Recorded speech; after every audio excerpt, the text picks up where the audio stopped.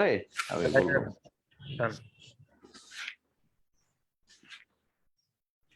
হয়ে গেছে, একটু পরে স্টার্ট করেন, আমি ফেসবুকে পোস্ট করে দিই। হুম।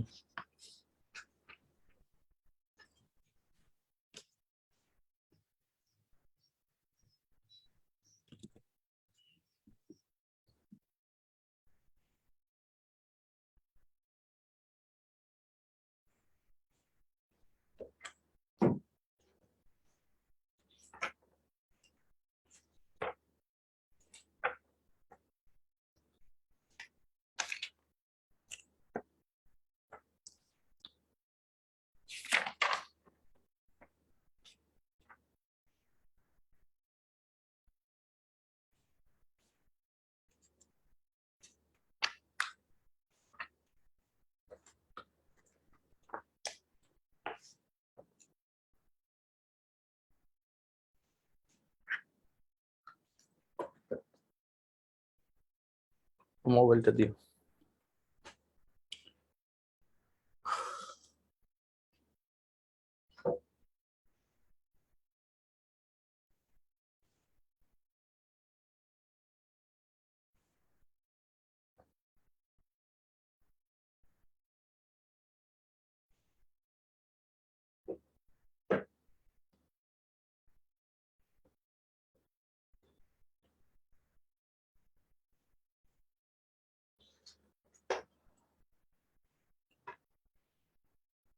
আসসালামু আলাইকুম সবাইকে।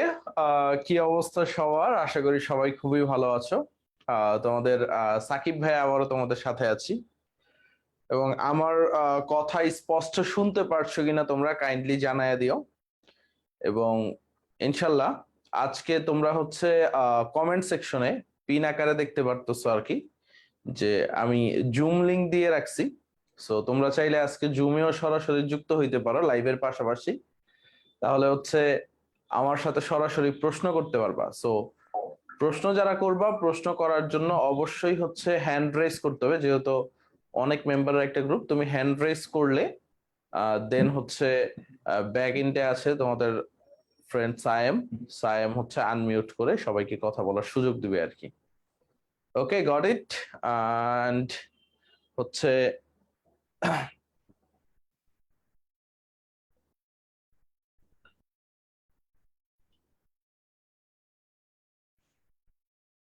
ওকে,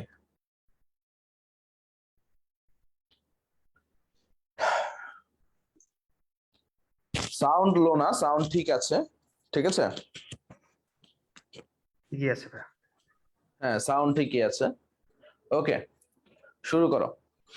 আমরা শুরু করি। আমরা যে জিনিসটা পড়তেছিলাম আর কি, একটু খেয়াল করো। বেনজিনের যে সাধারণ বিক্রিয়াগুলো আছে সেই জিনিসগুলো আমরা দেখেছিলাম, একটু খেয়াল করো। এবং আজকে আমরা বেনজিনের সাথে কি পড়বো? আমরা হচ্ছে বেনজিনের সাথে টলুইনও পড়বো। তার আগে আমরা একটা এইচডব্লিউ দিয়েছিলাম, সেটা হচ্ছে তোমাদের মেকানিজম গুলা। কি দিয়েছিলাম? মেকানিজম। এই বেনজিনের যে ইলেকট্রোফিলিক প্রতিস্থাপন বিক্রিয়া দেয়, এই ইলেকট্রোফিলিক প্রতিস্থাপন বিক্রিয়ার মেকানিজম গুলা দিয়েছিলাম। সো একটু বোঝার চেষ্টা করো, আমরা এই মেকানিজমটা একটু বোঝার চেষ্টা করি। প্রথমত হচ্ছে আমরা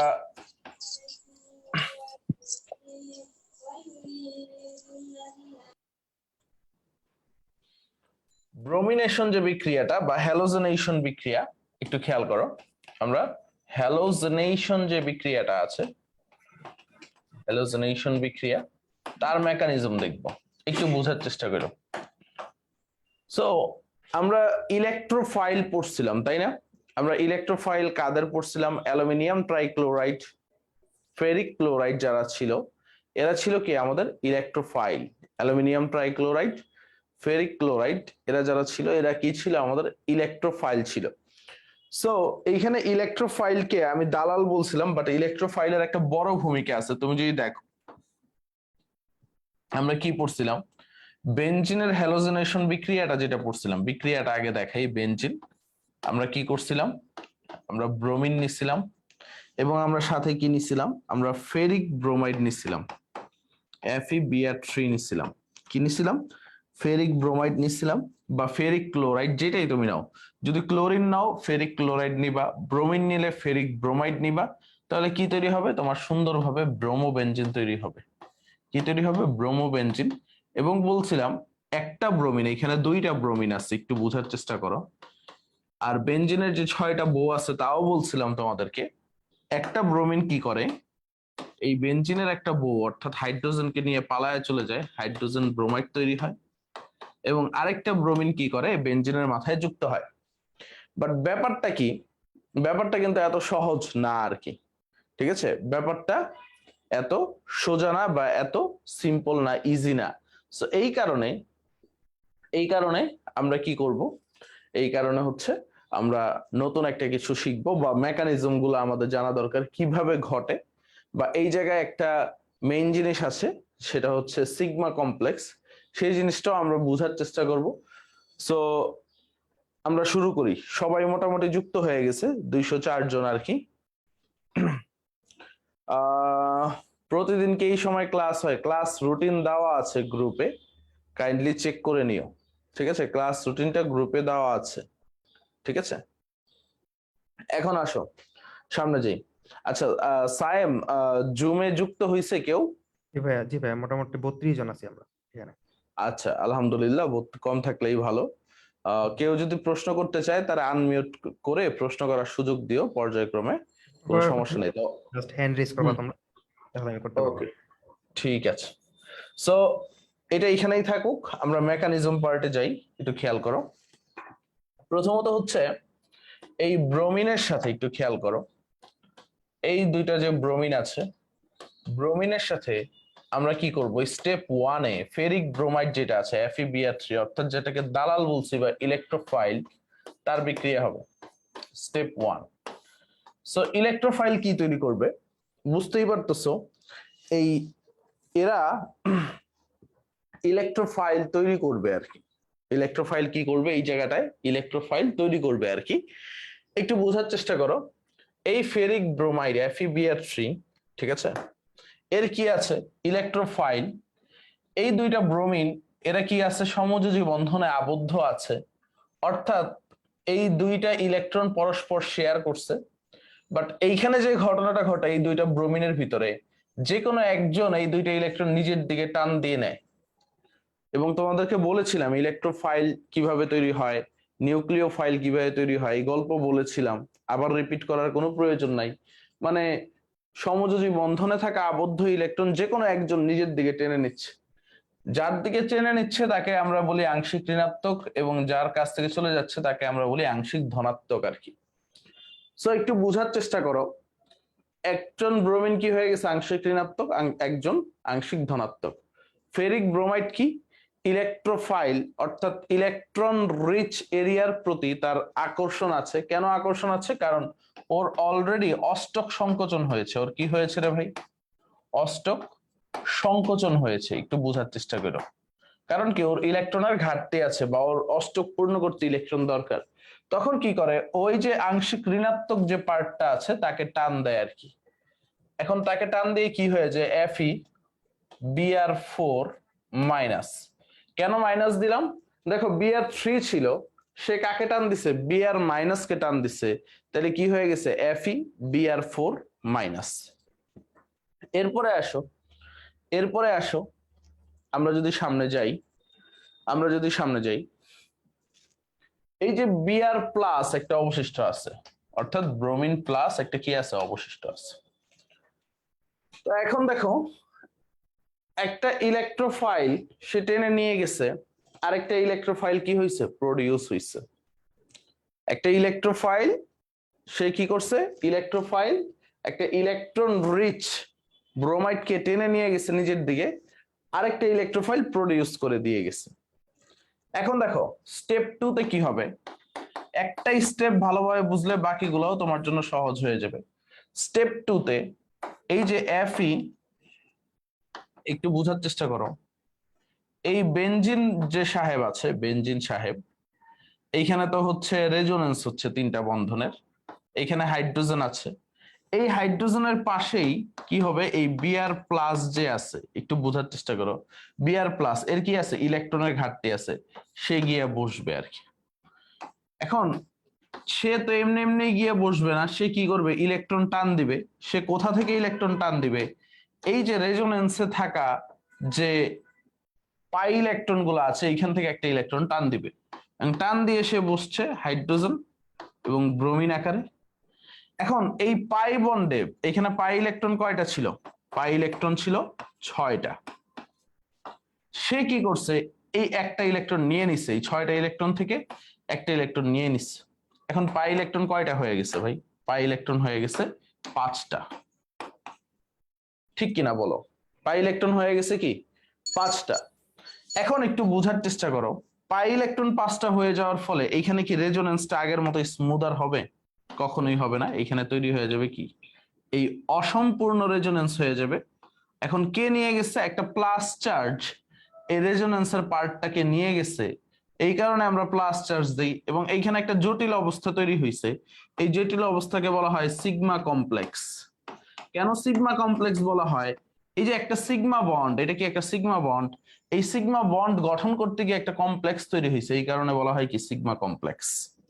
বুঝতে পারছো সবাই, ক্লিয়ার এইটুক?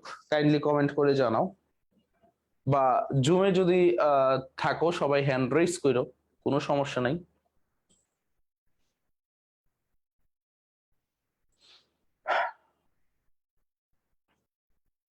সো স্টেপ 2 আশা করি সবার ক্লিয়ার।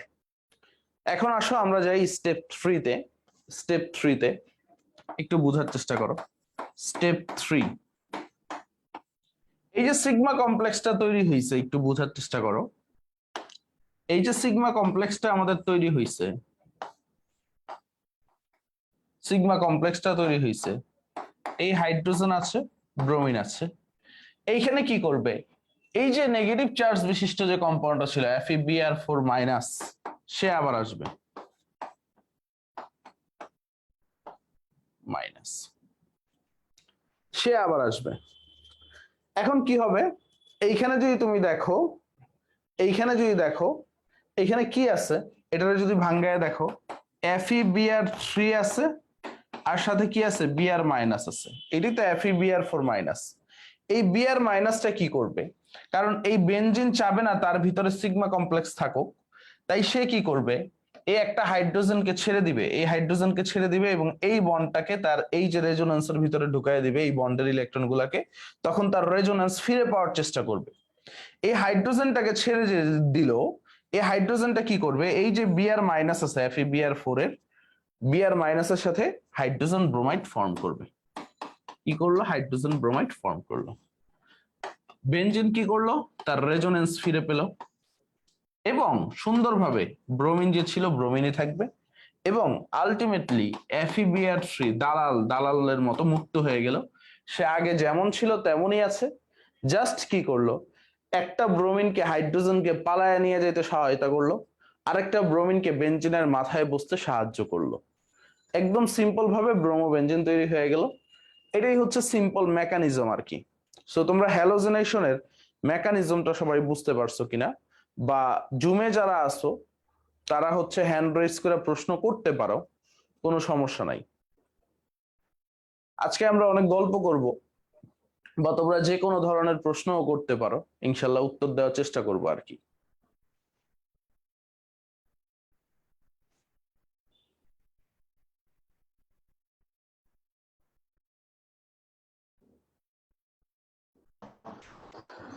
স্টেপ টুটা ভাই আর একবার একটু বুঝাইলে ভালো হইতো। আচ্ছা ঠিক আছে, স্টেপ 2-তে কি ছিল, এই যে Br প্লাস, ও কি একটা ইলেকট্রোফাইল, মানে কি ওর ইলেকট্রনের ঘাটতি আছে। এখন কোন ইলেকট্রোফাইলই কেউ ইলেকট্রনের ঘাটতি থাকুক সেইটা চায় না আর কি, ঠিক আছে, সেইটা চায় না আর কি। সো তখন কি করে, এই Br প্লাস, এই যে এখানে বেনজিনের যে রেজোনেন্স হচ্ছে, এখানে তো পাই ইলেকট্রন আছে 6টা, এই বেনজিনের মাথায় যুক্ত হবে, এবং তার থেকে একটা ইলেকট্রন নিয়ে নিবে আর কি। একটা ইলেকট্রন নিলে এই রেজোনেন্সে তখন 5টা ইলেকট্রন হয়ে যাবে। 5টা ইলেকট্রন হইলে এইখানে আর আগের মতো রেজোনেন্স থাকবে না, কারণ 6টা ইলেকট্রন দিয়ে পূর্ণাঙ্গ রেজোনেন্সটা হচ্ছিল, তো তখন একটা কি হয়ে যাবে, এই যে সিগমা বন্ধন গঠন হয়েছে ব্রোমিনের, এই সিগমা বন্ধনের জন্য কি হয়েছে, একটা কমপ্লেক্স হয়েছে, সিগমা কমপ্লেক্স। সিগমা বন্ধনের জন্য যে কমপ্লেক্স হয় তাকে সিগমা কমপ্লেক্স বলে। এখানে কেন প্লাস চার্জ দিছে, কারণ এই প্লাস চার্জটা কি করছে, একটা ইলেকট্রন নিয়ে গেছে, এই সিগনেচারটা বুঝাইছে, এই যে প্লাস চার্জটা। এখন পুরাটা আবার বুঝাই, দেখো পুরাটাই প্রথম থেকে কি ছিল, প্রথমটা বুঝলে ভালোভাবে বুঝতে পারবা। একটু খেয়াল করো, এই যে ব্রোমিন, এই যে ফেরিক ব্রোমাইড, ফেরিক ব্রোমাইড কি ইলেকট্রোফাইল। কেন ইলেকট্রোফাইল, তার অষ্টক সংকোচন হয়েছে বা ইলেকট্রনের প্রতি ভালোবাসা আছে আর কি। এখন একটু বোঝার চেষ্টা করো আর কি, একটু বোঝার চেষ্টা করো যে ঘটনাটা ঘটবে, এই ফেরিক ব্রোমাইড একটা ব্রোমিন নিয়ে চলে যাবে আর কি, কোনটাকে নিবে, যেটা ইলেকট্রন রিচ, তাকে নিবে। কেন ইলেকট্রন রিচ কে নিবে, কারণ কি তার অষ্টক সংকোচন আছে। একটু বোঝার চেষ্টা করো, অষ্টক সংকোচন আছে, তখন কি হয়ে যাবে, FeBr4 মাইনাস হয়ে যাবে। FeBr4 মাইনাস হইলে এখানে কি অবশিষ্ট থাকবে, Br প্লাসটা, এই যে ব্রোমিন প্লাসটা, ব্রোমোনিয়াম আয়ন। এই ব্রোমোনিয়াম আয়নটা কি করবে, এই বেনজিন থেকে একটা ইলেকট্রন ধার নিবে, তখন বেনজিনের রেজোনেন্সে সমস্যা হয়ে যাবে, সিগমা কমপ্লেক্স তৈরি হবে। আচ্ছা, সিগমা কমপ্লেক্স যখন তৈরি হয়েছে, তো বেনজিন কখনোই চাবে না তার ভিতরে রেজোনেন্স না থাকুক, তখন সে কি করবে, একটা হাইড্রোজেনকে ছেড়ে দিবে। সে কি করবে, একটা হাইড্রোজেনকে ছেড়ে দিবে। এই একটা হাইড্রোজেনকে ছেড়ে দিলে এই যে ইলেকট্রন গুলা থাকবে, এই ইলেকট্রন গুলা সে তার এই সিগমা কমপ্লেক্সে দিয়ে দিবে, এবং সে তার কি পাইছে, রেজোনেন্স ফিরে পাইছে। হাইড্রোজেন তো এই যে হন্যি হয়ে হাইড্রোজেন প্লাস আকারে ঘুরতেছে, তার কোনো ইলেকট্রন নাই, কারণ বেনজিন এমন ভাবে তারাইছে তারে যে মনে করো তার থেকে সব ইলেকট্রন রাইখা দিয়ে বের করে দিচ্ছে। তখন এই যে ব্রোমাইড আয়ন, দয়াল বাবা সে আসছে, আসো আমি তো আছি তোমার জন্য, তখন হাইড্রোজেন ব্রোমাইড ফর্ম করছে আর কি, একদম সিম্পল।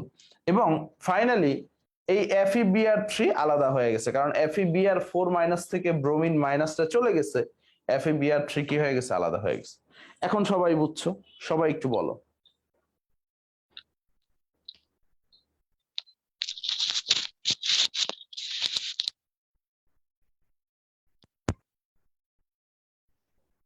সবাই ক্লিয়ার? মেকানিজম এক্সামের রিটেনে আসবে, এবং গতবারও রিটেনে আসছিল, রিটেনে আসার সম্ভাবনা অনেক বেশি, বুঝতে পেরেছো?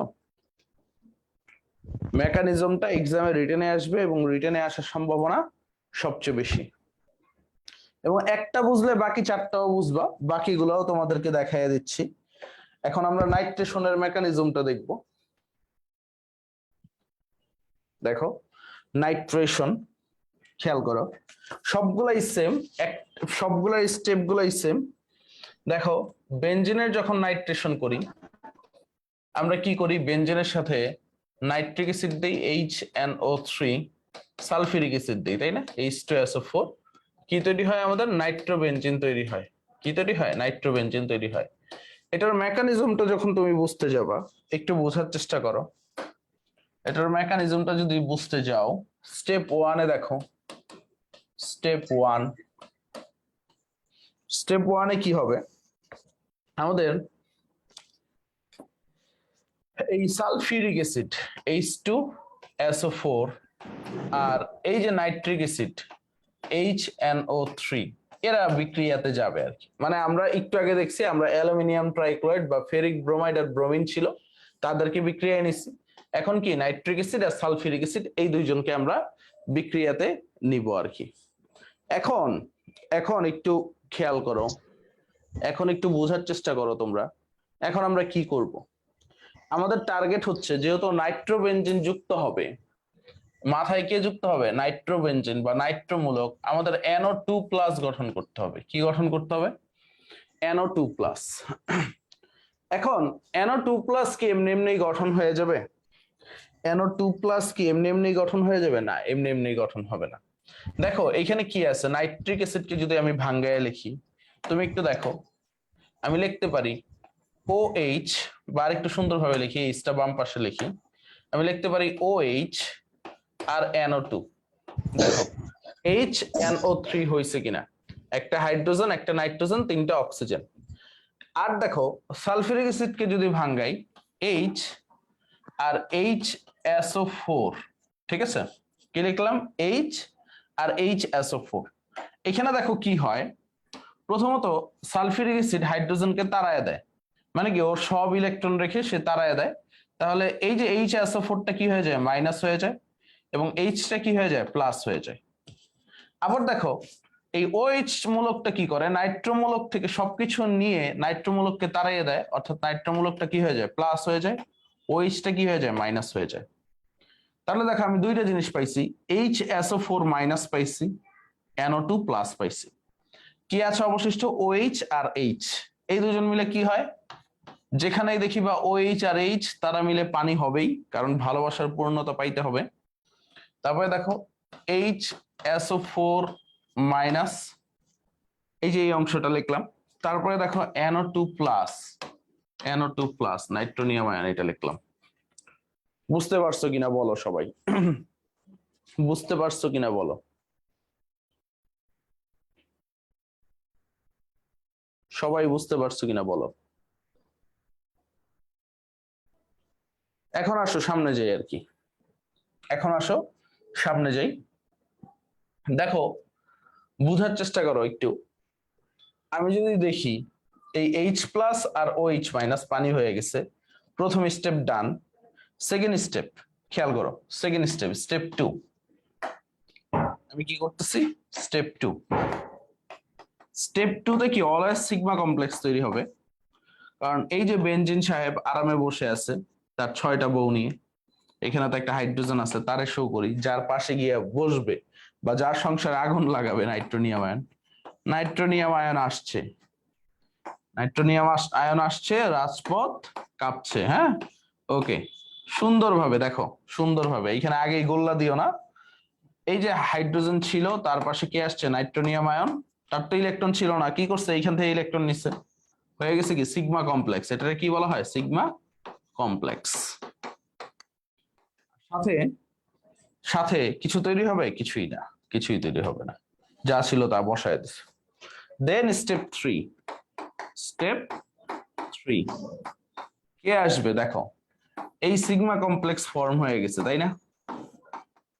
সিগমা কমপ্লেক্স ফর্ম হয়ে গেছে। এখন কে আসবে, এখন আসবে হচ্ছে ওই যে HSO4 মাইনাস ছিল, সে আসবে। HSO4 মাইনাস ছিল, কারণ বেনজিন কি করবে, বেনজিন তো চাইবে না তার মধ্যে সিগমা কমপ্লেক্স অবস্থা থাকুক, বেনজিন এই হাইড্রোজেনকে তাড়ায় দিবে।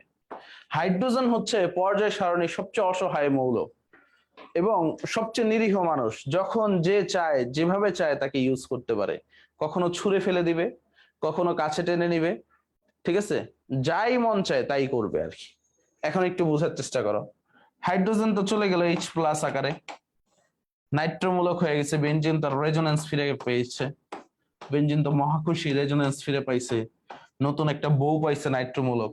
বাট এই হাইড্রোজেন কি করবে, এই হাইড্রোনিয়াম আয়নকে হেল্প করার জন্য আছে HSO4 মাইনাস, আবার কি হয়ে গেছে, H2SO4 হয়ে গেছে। সুন্দর, শেষ, খেলা খতম। সবাই বুঝতে পারছো? সবাই বুঝতে পারছো? সবাই ক্লিয়ার?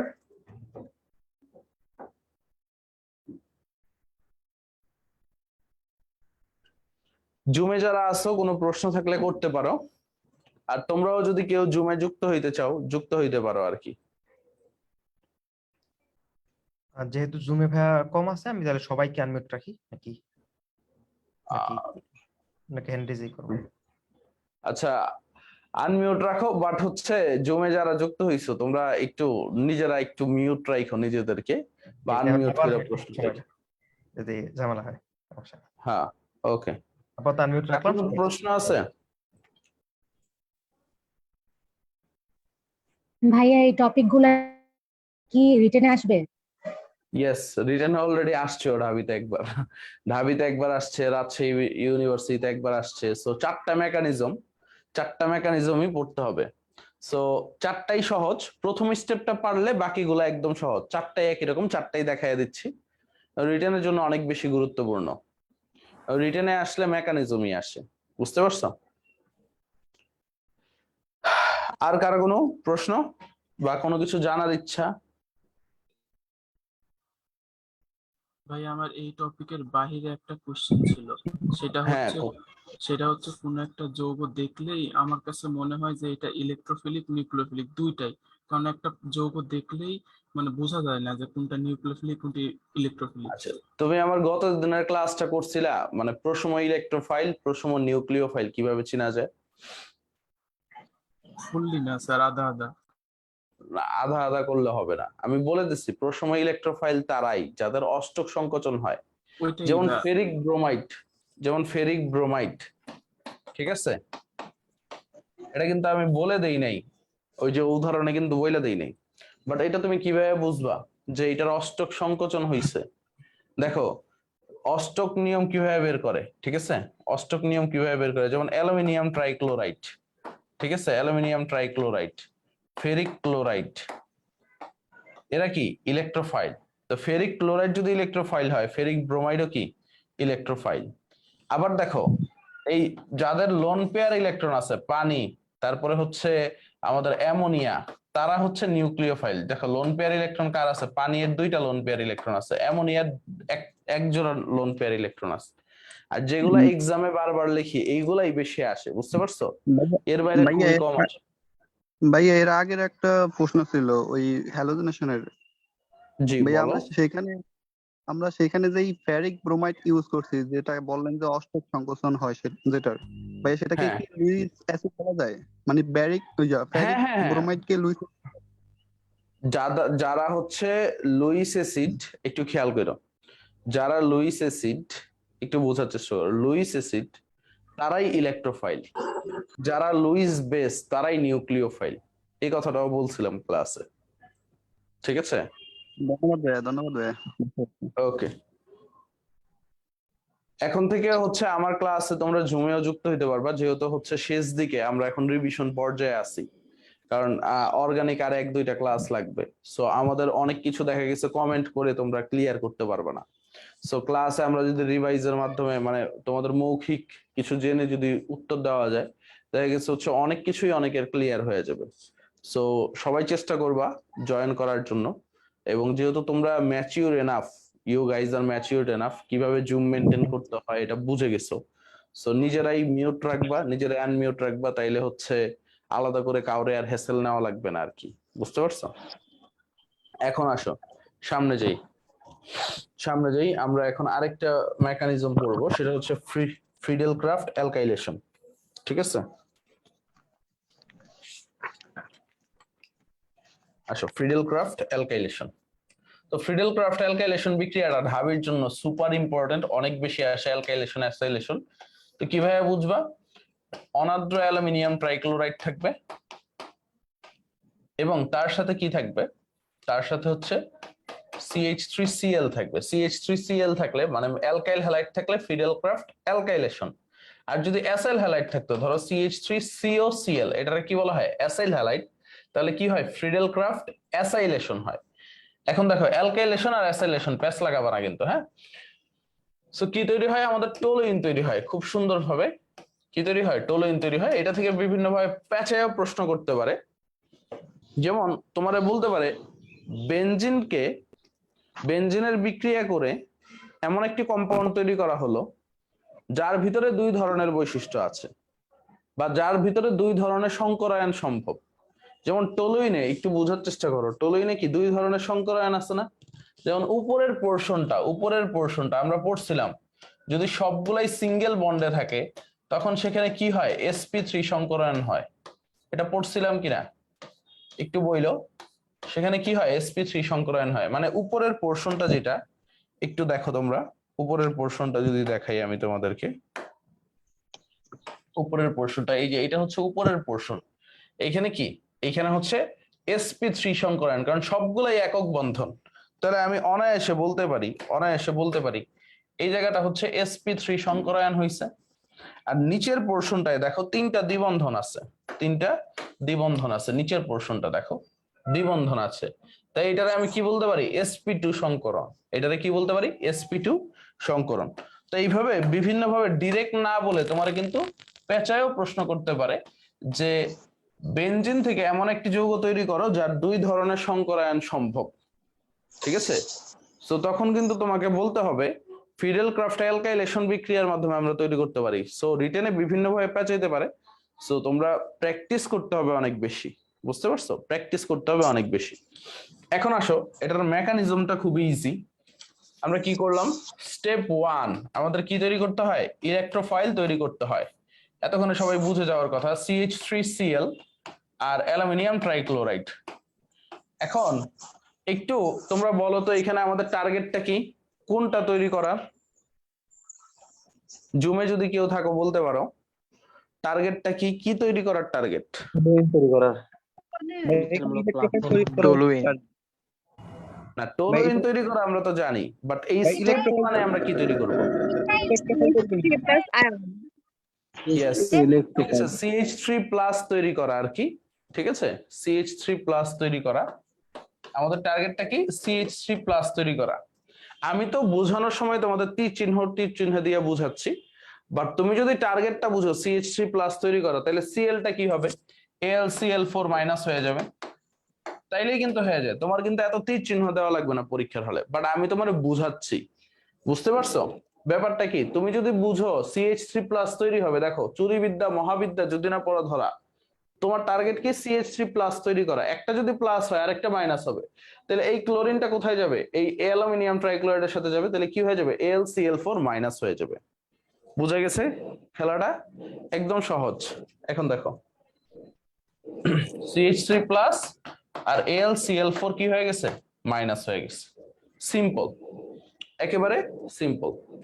তো এটা কিভাবে তৈরি হয়েছে এটা যদি বুঝতে চাও, দেখো এই ক্লোরিন কি করবে? এই বন্ধনে থাকা ইলেকট্রনগুলো নিজের দিকে নিয়ে যাবে, সে আংশিক ঋণাত্মক হয়ে যাবে, CH3 আংশিক ধনাত্মক হয়ে যাবে। অ্যালুমিনিয়াম ট্রাইক্লোরাইড কি করবে? এই ক্লোরাইডকে, ঠিক আছে, যে আংশিক ঋণাত্মক আছে ওরে নিয়ে AlCl4- হয়ে যাবে। বাকিগুলা স্টেপ গুলা দেখো তুমি আমার আগেই করে ফেলতে পারবা, আগের যেহেতু দুইটা দেখছো। দেখো বেনজিন, এই CH3+ এখন কার কাছে আশ্রয় নিবে? সবচেয়ে দয়ালু যার 6টা বউ আছে, আরেকটা বউ পালতে যার কোনো সমস্যা নাই, সে হচ্ছে মনে করো বেনজিন সাহেব। বেনজিনের কাছে গিয়ে সে আশ্রয় নিবে। আশ্রয় নিয়ে কি করবে? বেনজিনের একটা ক্ষতি করে দিবে আর কি। দেখো বেনজিনের কি করবে? রেজোনেন্সি নষ্ট করে দিবে আর কি, শেষ। সো সিগমা কমপ্লেক্স তৈরি হয়ে গেছে। এটা কি হয়ে গেছে? সিগমা কমপ্লেক্স তৈরি হয়ে গেছে। এখন দেখো তারপরে আসো স্টেপ 3 তে যদি যাই। স্টেপ 3, এই যে সিগমা কমপ্লেক্স যে অবস্থাটা আছে, একটু খেয়াল করো। এই যে সিগমা কমপ্লেক্স যে অবস্থাটা আছে HCH3, এইখানে কি আসবে রে ভাই? এইখানে হচ্ছে ওই যে AlCl4- ছিল, AlCl4- আসবে। আসার পরে কি করবে? বেনজিন তো এই হাইড্রোজেনকে ছেড়ে দিবে, তার রেজোনেন্স ফিরে পাবে, টোলুইন হয়ে গেছে। দেখো সবগুলো একই মেথডে কিন্তু চলতেছে, একটা পারলে সবই পারা যাবে। এন্ড এই হাইড্রোজেনটা কি করবে? এখানে যে Cl- আছে, দেখো AlCl3 আছে আর সাথে কি আছে? Cl-। এই হাইড্রোজেনটা Cl- এর সাথে HCl হবে এবং AlCl3 বের হয়ে যাবে। বুঝতে পারছো? সবাই ক্লিয়ার? কাইন্ডলি কমেন্ট করে জানাও সবাই ক্লিয়ার কিনা। জি ভাইয়া। ওকে, একদম সিম্পল। আচ্ছা, পানি। সো তুমি হচ্ছে ফিক্সড ভাবে পরীক্ষার হলে যাওয়ার আগে কোনোটা বাদ দিবা না, সবগুলাই পড়বা। আরেকটা পড়বো আমরা সালফোনেশন, সবগুলাই পড়ে যাবা, কারণ বাদ দিয়ে গেলে দেখবা যেটাই বাদ দিয়ে গেছো ওইটাই পরীক্ষায় আসছে। আমি আবারও বলতেছি, যেটাই তুমি বাদ দিয়ে যাবা দেখবা হচ্ছে ওইটাই তোমার পরীক্ষায় আসছে। সো এই জিনিসটা একটু মাথায় রাখবা, এই জিনিসটা মাথায় রাখলে সবচেয়ে ভালো হবে। ওকে, এখন আসো সালফোনেশনটা দেখি। সালফোনেশনটা অনেকের একটু কঠিন লাগে। দেখো আমরা যদি দেখি বেনজিনের সালফোনেশনে কি হয়? সালফিউরিক অ্যাসিড ব্যবহার করা হয়। আমি আগে বিক্রিয়াটা দেখাই। এই বেনজিন কি ব্যবহার করা হয়? Sulphuric acid. কি তৈরি হয়? বেনজিন সালফোনিক অ্যাসিড, তাই না? SO3H তৈরি হয়। এখন কথাটা হচ্ছে এইখানে তো শুধু সালফিউরিক অ্যাসিডই আছে, তাহলে আমি স্টেপ 1টা ভাই কেমনে করব, তাই না? কারণ হচ্ছে আমার তো SO3H+ আয়ন তৈরি করতে হবে। স্টেপ 1 এ দুইটাই সালফিউরিক অ্যাসিড বিক্রিয়া করবে, HSO3H plus H plus sulphuric acid. H2SO4 দুইটাই কি সালফিউরিক অ্যাসিড। সো দুইটা সালফিউরিক অ্যাসিডই আমি নিলাম। দুইটা সালফিউরিক অ্যাসিড নিলে যে জিনিসটা হবে, একটা কি হয়ে যাবে, HSO4 মাইনাস হয়ে যাবে। ও HSO4H, হ্যাঁ HSO4H, আর আরেকটা দেই হচ্ছে OHSO3H। হ্যাঁ হ্যাঁ, এটা খেয়াল করো। একটা থেকে কি হবে, HSO4 মাইনাস, অর্থাৎ একটা হাইড্রোজেনকে ত্যাগ করে দিবে, HSO4 মাইনাস হয়ে যাবে। আরেকটাই কি হবে, এটারে যদি ভাঙ্গাই দেখো OHSO3H, তাই না? আরেকটাই কি হবে, এই হাইড্রোজেন এইখান থেকে শুধু OH না, এইখান থেকে সালফিউরিক অ্যাসিড বের হয়ে যাবে, দেখো সালফার ট্রাইঅক্সাইড বের হয়ে যাবে। তখন এখানে কি থাকে, OH আর H থাকে, মানে পানি থাকে। দেখো পানি থাকে, H2O। H2O এর সাথে এখানে তো হাইড্রোজেন প্লাস আছে, এই হাইড্রোজেন প্লাসটা যখন আসবে তখন কি হয়ে যাবে, H3O প্লাস হয়ে যাবে। এই প্রথম স্টেপটা যদি মাথায় রাখতে পারো তাইলেই তোমার কষ্ট শেষ। ঠিক আছে, তাইলেই তোমার কষ্ট শেষ। দেখো বুঝতে পারছো কিনা। জি ভাইয়া বুঝছি। এখন কথা হচ্ছে সালফার ট্রাইঅক্সাইড তো নিউট্রাল, বাট সালফার ট্রাইঅক্সাইডটা নিউট্রাল না। একটু দেখো সালফার ট্রাইঅক্সাইডের ভিতরে কি হয়, একটা রেজোনেন্স কমপ্লিট হয়। দেখো সালফার ট্রাইঅক্সাইডকে যদি আমি আঁকি, double bond double bond double bond, এটা হচ্ছে সালফার ট্রাইঅক্সাইড। এবং এটার ভিতরে কি হয়, এটার ভিতরে একটা রেজোনেন্স হয়। যেমন হচ্ছে রেজোনেন্সটা কি হয়, এইখানে একটা অক্সিজেন মাইনাস হয়ে যায়, এখানে একটা অক্সিজেন মাইনাস হয়ে যায়, এখানে ডাবল বন্ড ও হয়ে যায়। তখন কি হয়, সালফারের মাথায় হচ্ছে প্লাস চার্জ হয়ে যায়, মানে 2+ হয়ে যায়, 2+। আবার দেখো মাঝে মাঝে কি হয়, মাঝে মাঝে কি হয়, এই বাম পাশেরটা উপরেরটা মাইনাস, বাম পাশেরটা মাইনাস, এইখানে ডাবল বন্ড অক্সিজেন হয়ে যায়, এইখানেও কি হয়ে যায়, 2+ হয়ে যায়, 2 ডেল্টা প্লাস। সো আংশিক ভাবে বলতে পারি আমি হচ্ছে সালফার ট্রাইঅক্সাইডের ভিতরে কি হয়, রেজোনেন্স স্ট্রাকচার সম্পন্ন হয়। বা এইভাবেও বলতে পারো এটারে যে উপরেরটা ঠিক আছে, ডান পাশেরটা মাইনাস, বাম পাশেরটা মাইনাস, ডেল্টা প্লাস, যে কোনো একটা স্ট্রাকচার ফর্ম করতে পারে, 2 ডেল্টা প্লাস হয়ে যায়। সো সালফারের মধ্যে কি হয়, সালফারের মধ্যে এই যে সেন্টারে একটা প্লাস চার্জ থাকে, এইটাই বোঝানোর জন্য ট্রাই করতেছি। কারণ সালফার ট্রাইঅক্সাইডকে তোমাকে দেখে নিউট্রাল মনে হইতে পারে, বাট এটা নিউট্রাল না, এটার ভিতরে রেজোনেন্স সম্পন্ন হয়, এই কারণে সালফারের সেন্টারে কি থাকে, প্লাস চার্জ থাকে। তো যার ফলে আমি কি করব, স্টেপ 2টা করতে পারবো। দেখো স্টেপ 2টা, সালফারের ভিতরে তো কি আছে, প্লাস চার্জ আছে। দেখো এখন বাকিগুলো একেবারেই সহজ, বাকিগুলো একেবারেই সহজ। দেখো আমাদের কি হবে, এই বেনজিন, এই হাইড্রোজেন, এখানে কে আসবে, এখানে আসবে হচ্ছে তোমার সালফার ট্রাইঅক্সাইড। এখানে কে আসবে, সালফার ট্রাইঅক্সাইড। এখন সালফার ট্রাইঅক্সাইডের ভিতরে প্লাস কয়টা, 2টা। দেখো 2+, বুঝতে পারছো?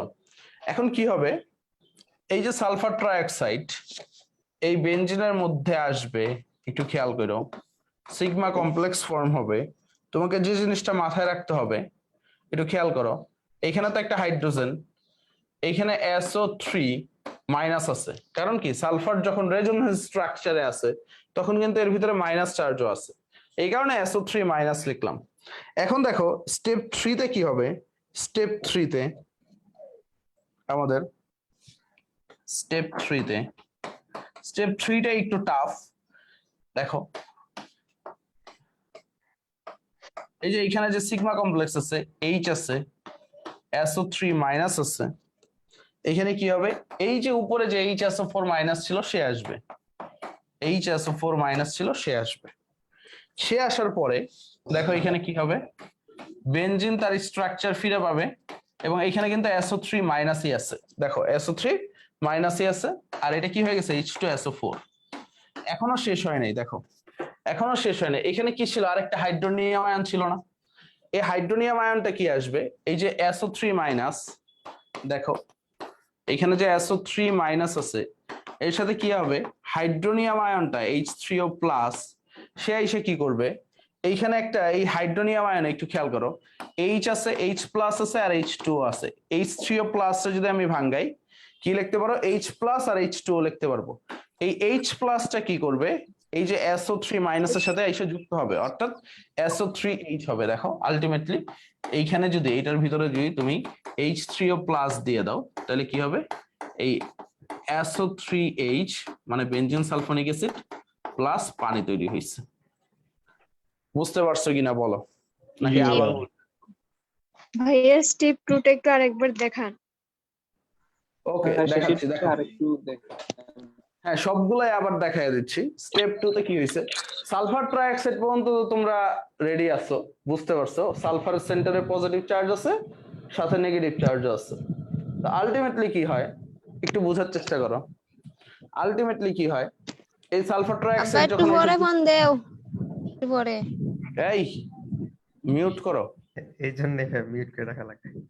একটু পরে ফোন দেও। পুরো ওই যে বুঝে না, দেখছো ফোলা একবার ভাই নিচে নাকি clear করা। বুঝবে না।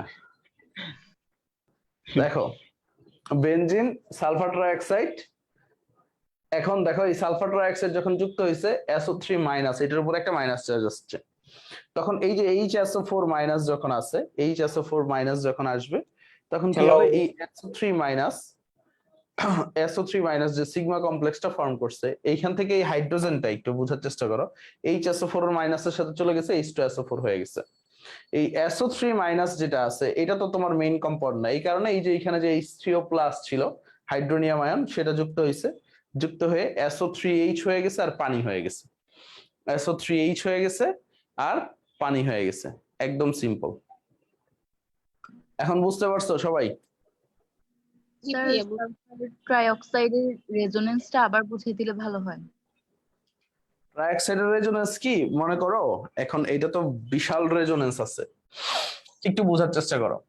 যখন হচ্ছে এই যে এই অক্সিজেনটা তার দিকে ইলেকট্রন টান দেয়, একটু বোঝার চেষ্টা করো। এটা বলতে কি মানে দুইটার ভিতরে রেজোনেন্স হইতে পারে, ব্যাপারটা হচ্ছে শুধুমাত্র যে একটার ভিতরে এরকম না। ধরো এই অক্সিজেনটা যখন ইলেকট্রন টান দিবে তখন এই অক্সিজেনটা কি হয়ে যাবে, মাইনাস হয়ে যাবে, তখন এই সালফারটা কি হয়ে যাবে, প্লাস হয়ে যাবে, এখানে ডাবল বন্ড থাকবে, এখানে ডাবল বন্ড থাকবে।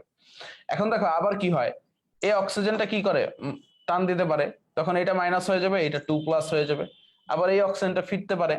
সো আলটিমেটলি এটা চলতেই থাকে চলতেই থাকে, বাট এইখানে যেটা দেখানো হয়েছে একটা মাইনাস দেখানো হয়েছে, অর্থাৎ মানে একটা ইলেকট্রন টান দিছে, কারণ এইখানে যুক্ত হওয়ার জন্য তো একটা প্লাস দরকার, সিগমা কমপ্লেক্স তো 5টা ইলেকট্রনের ক্ষেত্রে হয়, এই কারণে সিম্পল মেকানিজম SO3 টা যখন যুক্ত হয় SO3 মাইনাসটা হয়ে যায়। বুঝতে পারছো ব্যাপারটা? জি Okay. ভাইয়া বুঝতে পারছি। জি ভাইয়া। ভাই থ্রিটা আরেকবার বুঝাই দেন। কোনটা? স্টেপ 3 লাস্টের উৎপাদের দিক। আচ্ছা লাস্টের টুক দেখো, SO3 মাইনাস পর্যন্ত তো বুঝছো তাই না? SO3 মাইনাস পর্যন্ত বুঝছো? জি ভাইয়া। আচ্ছা SO3 মাইনাস তো তোমার মেইন প্রোডাক্ট না, মেইন প্রোডাক্ট কি, এই HSO3H তাই না, বেনজিন সালফোনিক অ্যাসিড। এই কারণে আমরা হাইড্রোনিয়াম আয়ন যুক্ত করি। হাইড্রোনিয়াম আয়ন রে ভাঙাইলে কি পাবা তুমি, দেখো হাইড্রোনিয়াম আয়ন রে ভাঙাইলে পাবা একটা H প্লাস একটা পানি। সো এই H প্লাসটা কি হবে, এই মাইনাসের সাথে যুক্ত হয়ে প্লাসে মাইনাসে নিউট্রাল হয়ে যাবে, অর্থাৎ এখানে H যুক্ত হয়ে যাবে, আর এই যে পানিটা আছে এটা বের হয়ে যাবে, শেষ, সিম্পল। দেখো এই H প্লাসটা যুক্ত হয়ে গেছে SO3H মানে বেনজিন সালফোনিক অ্যাসিড, আর পানিটা বের হয়ে গেছে। এখন বুঝতে পারছো? ওকে। ওকে ঠিক আছে, সামনে যাই এখন, চলো। কঠিন পড়ালেখা শেষ, মেকানিজম শেষ, এখন আসো আমরা টোলুইনে আসবো। কোথায় আসবো? টোলুইন। ওকে সবাই এখন হেডিং দাও, টোলুইন, টোলুইনের রিঅ্যাকশন আমরা পড়বো। এই সবাই একটু মিউট করো, নাহলে কিন্তু আগামী দিন থেকে জুমের ফ্যাসিলিটিস বন্ধ হয়ে যাবে।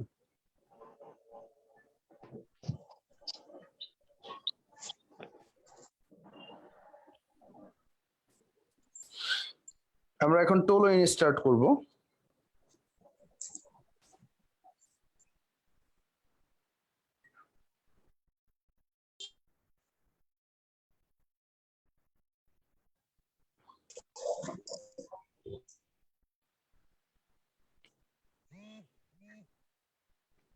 আরে ভাই ইয়া দিয়ে দিব, সমস্যা নাই।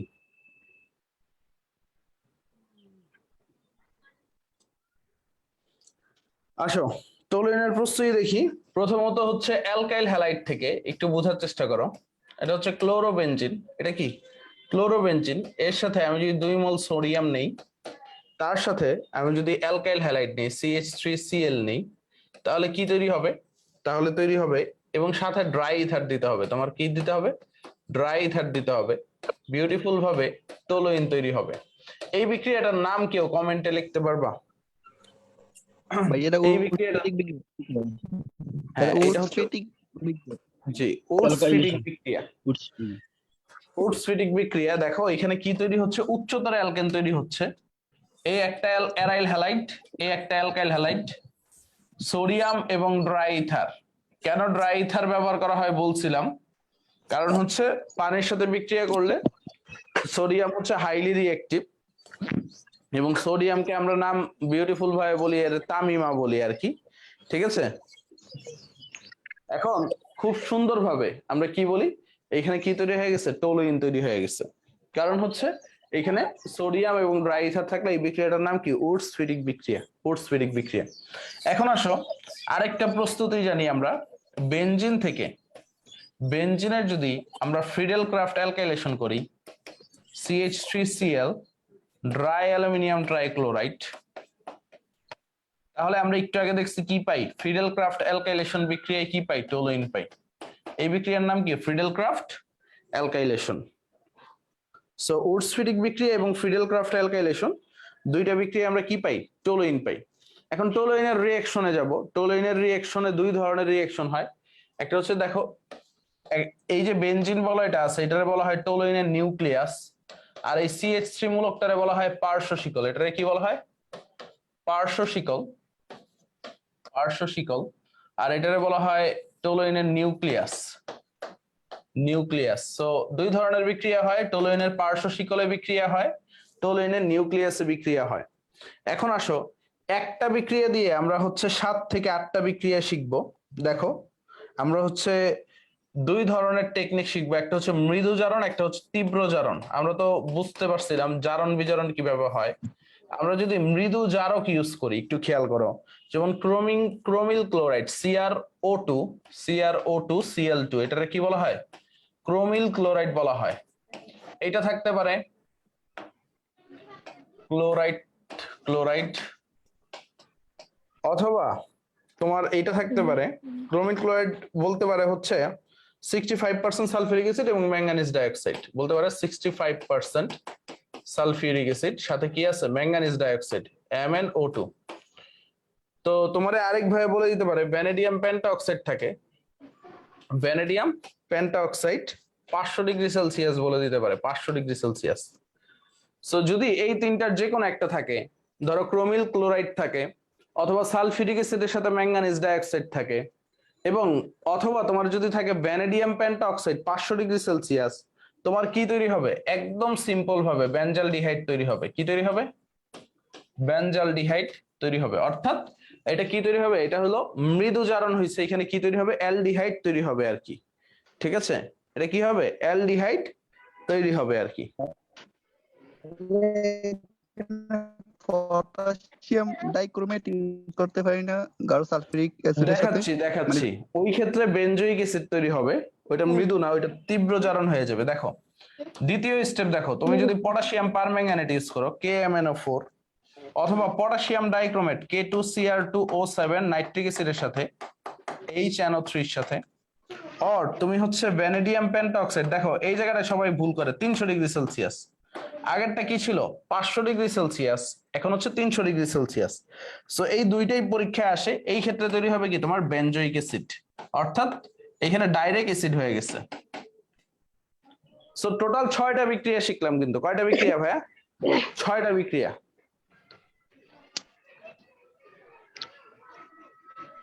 টোটাল কয়টা বিক্রিয়া? 6টা বিক্রিয়া। ওকে, টোলুইনের সাধারণ বিক্রিয়া, শ্রাবণ রাজ, টোলুইনের সাধারণ বিক্রিয়া। সবাই ক্লিয়ার? কারো কোনো কোয়েশ্চেন আছে? প্রথম বিক্রিয়ায় জি বলো।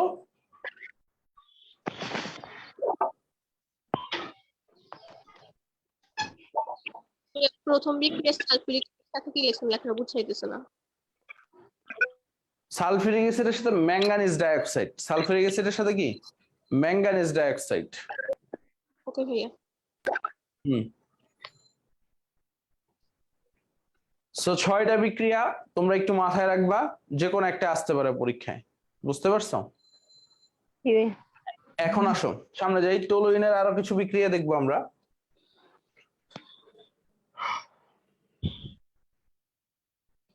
এখন হচ্ছে টলুইনের আমরা নিউক্লিয়াসে বিক্রিয়া দেখবো, যতগুলা বিক্রিয়া দেখবো টলুইনের কিসে দেখবো? নিউক্লিয়াসে দেখবো। একটু খেয়াল করো। ফার্স্ট অফ অল আমরা যদি ক্লোরিন দেই, একটু বোঝার চেষ্টা করো। ক্লোরিন, একটু খেয়াল করো, ক্লোরিন অথবা ব্রোমিন অ্যাড করি, যেটাই তোমার মন চায়, 20°C তাপমাত্রা অর্থাৎ রুম টেম্পারেচার থেকেও কম তাপমাত্রায় আর কি বিক্রিয়া করলে, তোমরা একটু বলো তো টলুইন কি নির্দেশক? টলুইনটা আমরা সবাই জানি অর্থোপ্যারা নির্দেশক। টলুইনটারে কি জানি আমরা? ঠিক আছে, অর্থোপ্যারা নির্দেশক। টলুইনটা কি আমরা জানি? অর্থোপ্যারা নির্দেশক। একটু খেয়াল করো তাহলে কি হয়, আমাদের অর্থোক্লোরোটলুইন তৈরি হবে। দেখো অর্থ পজিশনটা কি? অর্থ পজিশনটাই যে এইটা, অর্থোক্লোরোটলুইন অথবা প্যারাক্লোরোটলুইন তৈরি হবে। কি তৈরি হবে? অর্থোক্লোরোটলুইন অথবা প্যারাক্লোরোটলুইন তৈরি হবে, একদম সিম্পল। গুরুত্বপূর্ণ মিটিং, চেয়ার মিটিং। এই সায়েম সবাইরে মিউট করে দাও। জি ভাইয়া, হ্যান্ড রেজ করে আবার বলো, আর কোশ্চেন করা থাকে। হ্যান্ড রেজ করলে আনমিউট করো। তারপর দেখো ক্লোরিন 111°C তাপমাত্রা সূর্যালোকের উপস্থিতিতে যদি বিক্রিয়া করো, তাহলে কি তৈরি হবে? প্রথমত হচ্ছে এইখানে CH3 মূলক ছিল, CH2Cl তৈরি হবে। তারপরে দেখো ফার্দার যদি ক্লোরিনেশন করো 111°C তাপমাত্রা সূর্যালোকের উপস্থিতিতে, তাহলে কি তৈরি হবে? তোমার CHCl2 তৈরি হবে। ফার্দার যদি ক্লোরিনেশন করো তাহলে একটু বোঝার চেষ্টা করো, CCl3 তৈরি হবে। সেম জিনিস। সো তিনটা জিনিস অনেক ইম্পর্টেন্ট, তিনটাই পরীক্ষায় আসে, একটু খেয়াল করো। একটা হচ্ছে মনে করো বেনজাইল ক্লোরাইড, একটা বেনজাল ক্লোরাইড, একটা হচ্ছে বেনজো ট্রাইক্লোরাইড। এখন কোনটা বেনজাইল, কোনটা বেনজাল, আর কোনটা বেনজো ট্রাইক্লোরাইড, তোমরা একটু কাইন্ডলি আমারে বলো তো, কমেন্ট করো তো।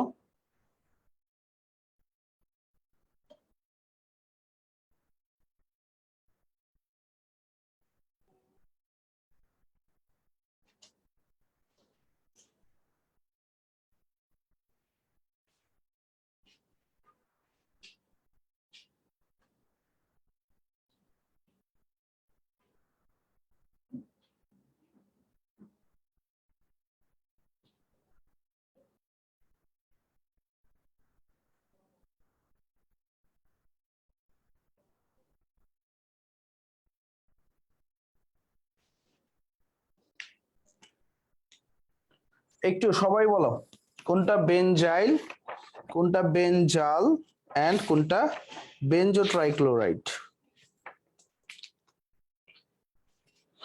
প্রথমটাকে বলা হয় বেনজাইল ক্লোরাইড, একটু বোঝার চেষ্টা করো। প্রথমটারে কি বলা হয়?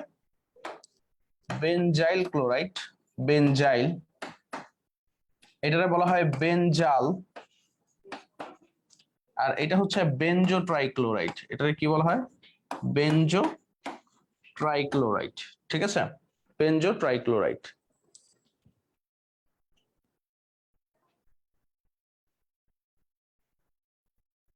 ওকে, সবাই ক্লিয়ার? এখন তোমাদেরকে বলছিলাম হাইড্রোজেন হটাও, ক্লোরিন বসাও, সেম বিক্রিয়া। ঠিক আছে, একটা করে হাইড্রোজেন সরাবা, একটা করে ক্লোরিন বসাবা আর কি। ওকে, একটা করে হাইড্রোজেন হটাবা, একটা করে ক্লোরিন বসাবা আর কি।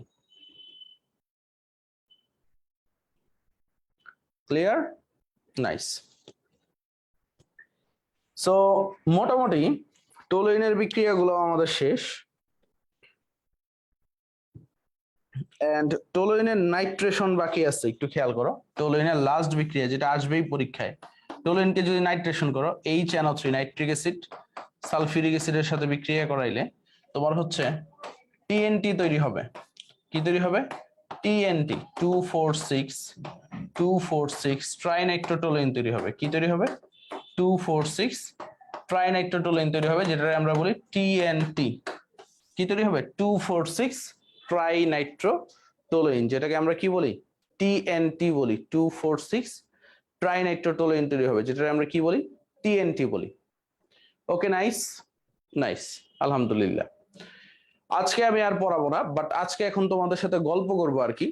গল্প বলতে হচ্ছে তোমাদের সবার বিভিন্ন প্রবলেম সম্বন্ধে জানবো, সবার সাথে কথাবার্তা বলবো, এন্ড আশা করি তোমরাও আমার কাছে অনেক কিছু জানতে চাবা আর কি, সেই জিনিসগুলাই আর কি।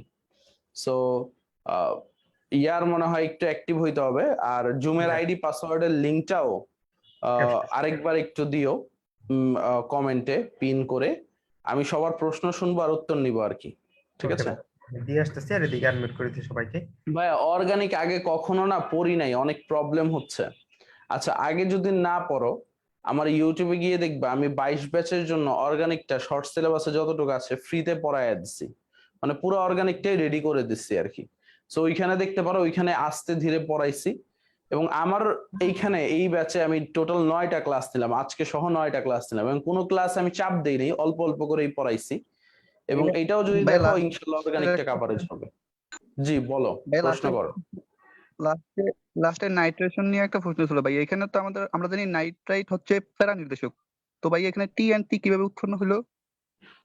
শোনো, নাইট্রোমূলক প্যারা নির্দেশক, কিন্তু নাইট্রোমূলক তো আইসা যুক্ত হচ্ছে। অর্থ প্যারা নির্দেশকটা হচ্ছে নির্দেশ করে যে আগে থেকে যুক্ত আছে। আমি যখন পড়াইছি তোমাদেরকে বলে দিছি, যে আগে থেকে আছে সে আগে বলবে সে কি অর্থ প্যারা নির্দেশক না প্যারা নির্দেশক, অর্থাৎ সেই ডিসাইড করে দিবে নতুন যে আসবে সে অর্থ প্যারা পজিশনে বসবে নাকি মেটা পজিশনে বসবে। এখন এইখানে যদি নাইট্রোমূলক থাকতো, CH3 না থেকে এখানে যদি নাইট্রোমূলক থাকতো, তখন তুমি বলতে পারতা এটা হচ্ছে মেটা নির্দেশক, বুঝতে পারছো? এখন তুমি এটা বলতে পারবা না, কারণ হচ্ছে এখানে CH3 আছে। ক্লিয়ার? ক্লিয়ার। ধন্যবাদ ভাইয়া, বুঝতে পারছি। ওকে, বাকিরা প্রশ্ন করো। ভাইয়া ফিডেল ক্রাফটের কি অ্যাসাইলেশনটা লাগবে না? ফিডেল ক্রাফট অ্যাসাইলেশন লাগবে, কিন্তু এটার মেকানিজম আসে না আর কি। আচ্ছা ভাইয়া। ভাইয়া কর্মমুখী রসায়ন কখন করাবেন? কর্মমুখী রসায়নের তো একটা টপিক, ভিনেগার, ঠিক আছে? শর্ট সিলেবাসে তোমার একটা টপিক, এবং ওইটা থেকে প্রশ্ন আসবেও না ইনশাল্লাহ, আশা করি, ঠিক আছে? তারপর আমি ওই টপিকটা পড়ায় দিব তোমাদের, কোনো ঝামেলা নাই। অ্যাডমিশন সম্পর্কে কোশ্চেন করি একটা। যে কোনো কিছু নিয়ে প্রশ্ন করতে পারো, করো, তোমাদের সাথে তো কথা বলার জন্যই তো আমি আসছি আর কি।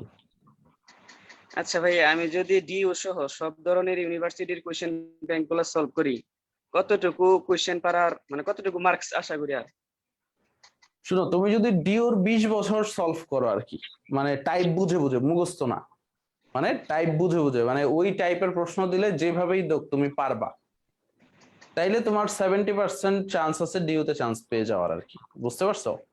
আর সাথে যদি রাজশাহী ইউনিভার্সিটিটা পড়ো, তাহলে তোমার প্রিপারেশন আরো জোরদার হয়ে যাবে। এবং জাহাঙ্গীরনগর ইউনিট, এই 3টে ইউনিভার্সিটি পড়লে আর কিচ্ছু লাগবে না ঢাকা বিশ্ববিদ্যালয়ের জন্য আর কি, বুঝতে পারছো?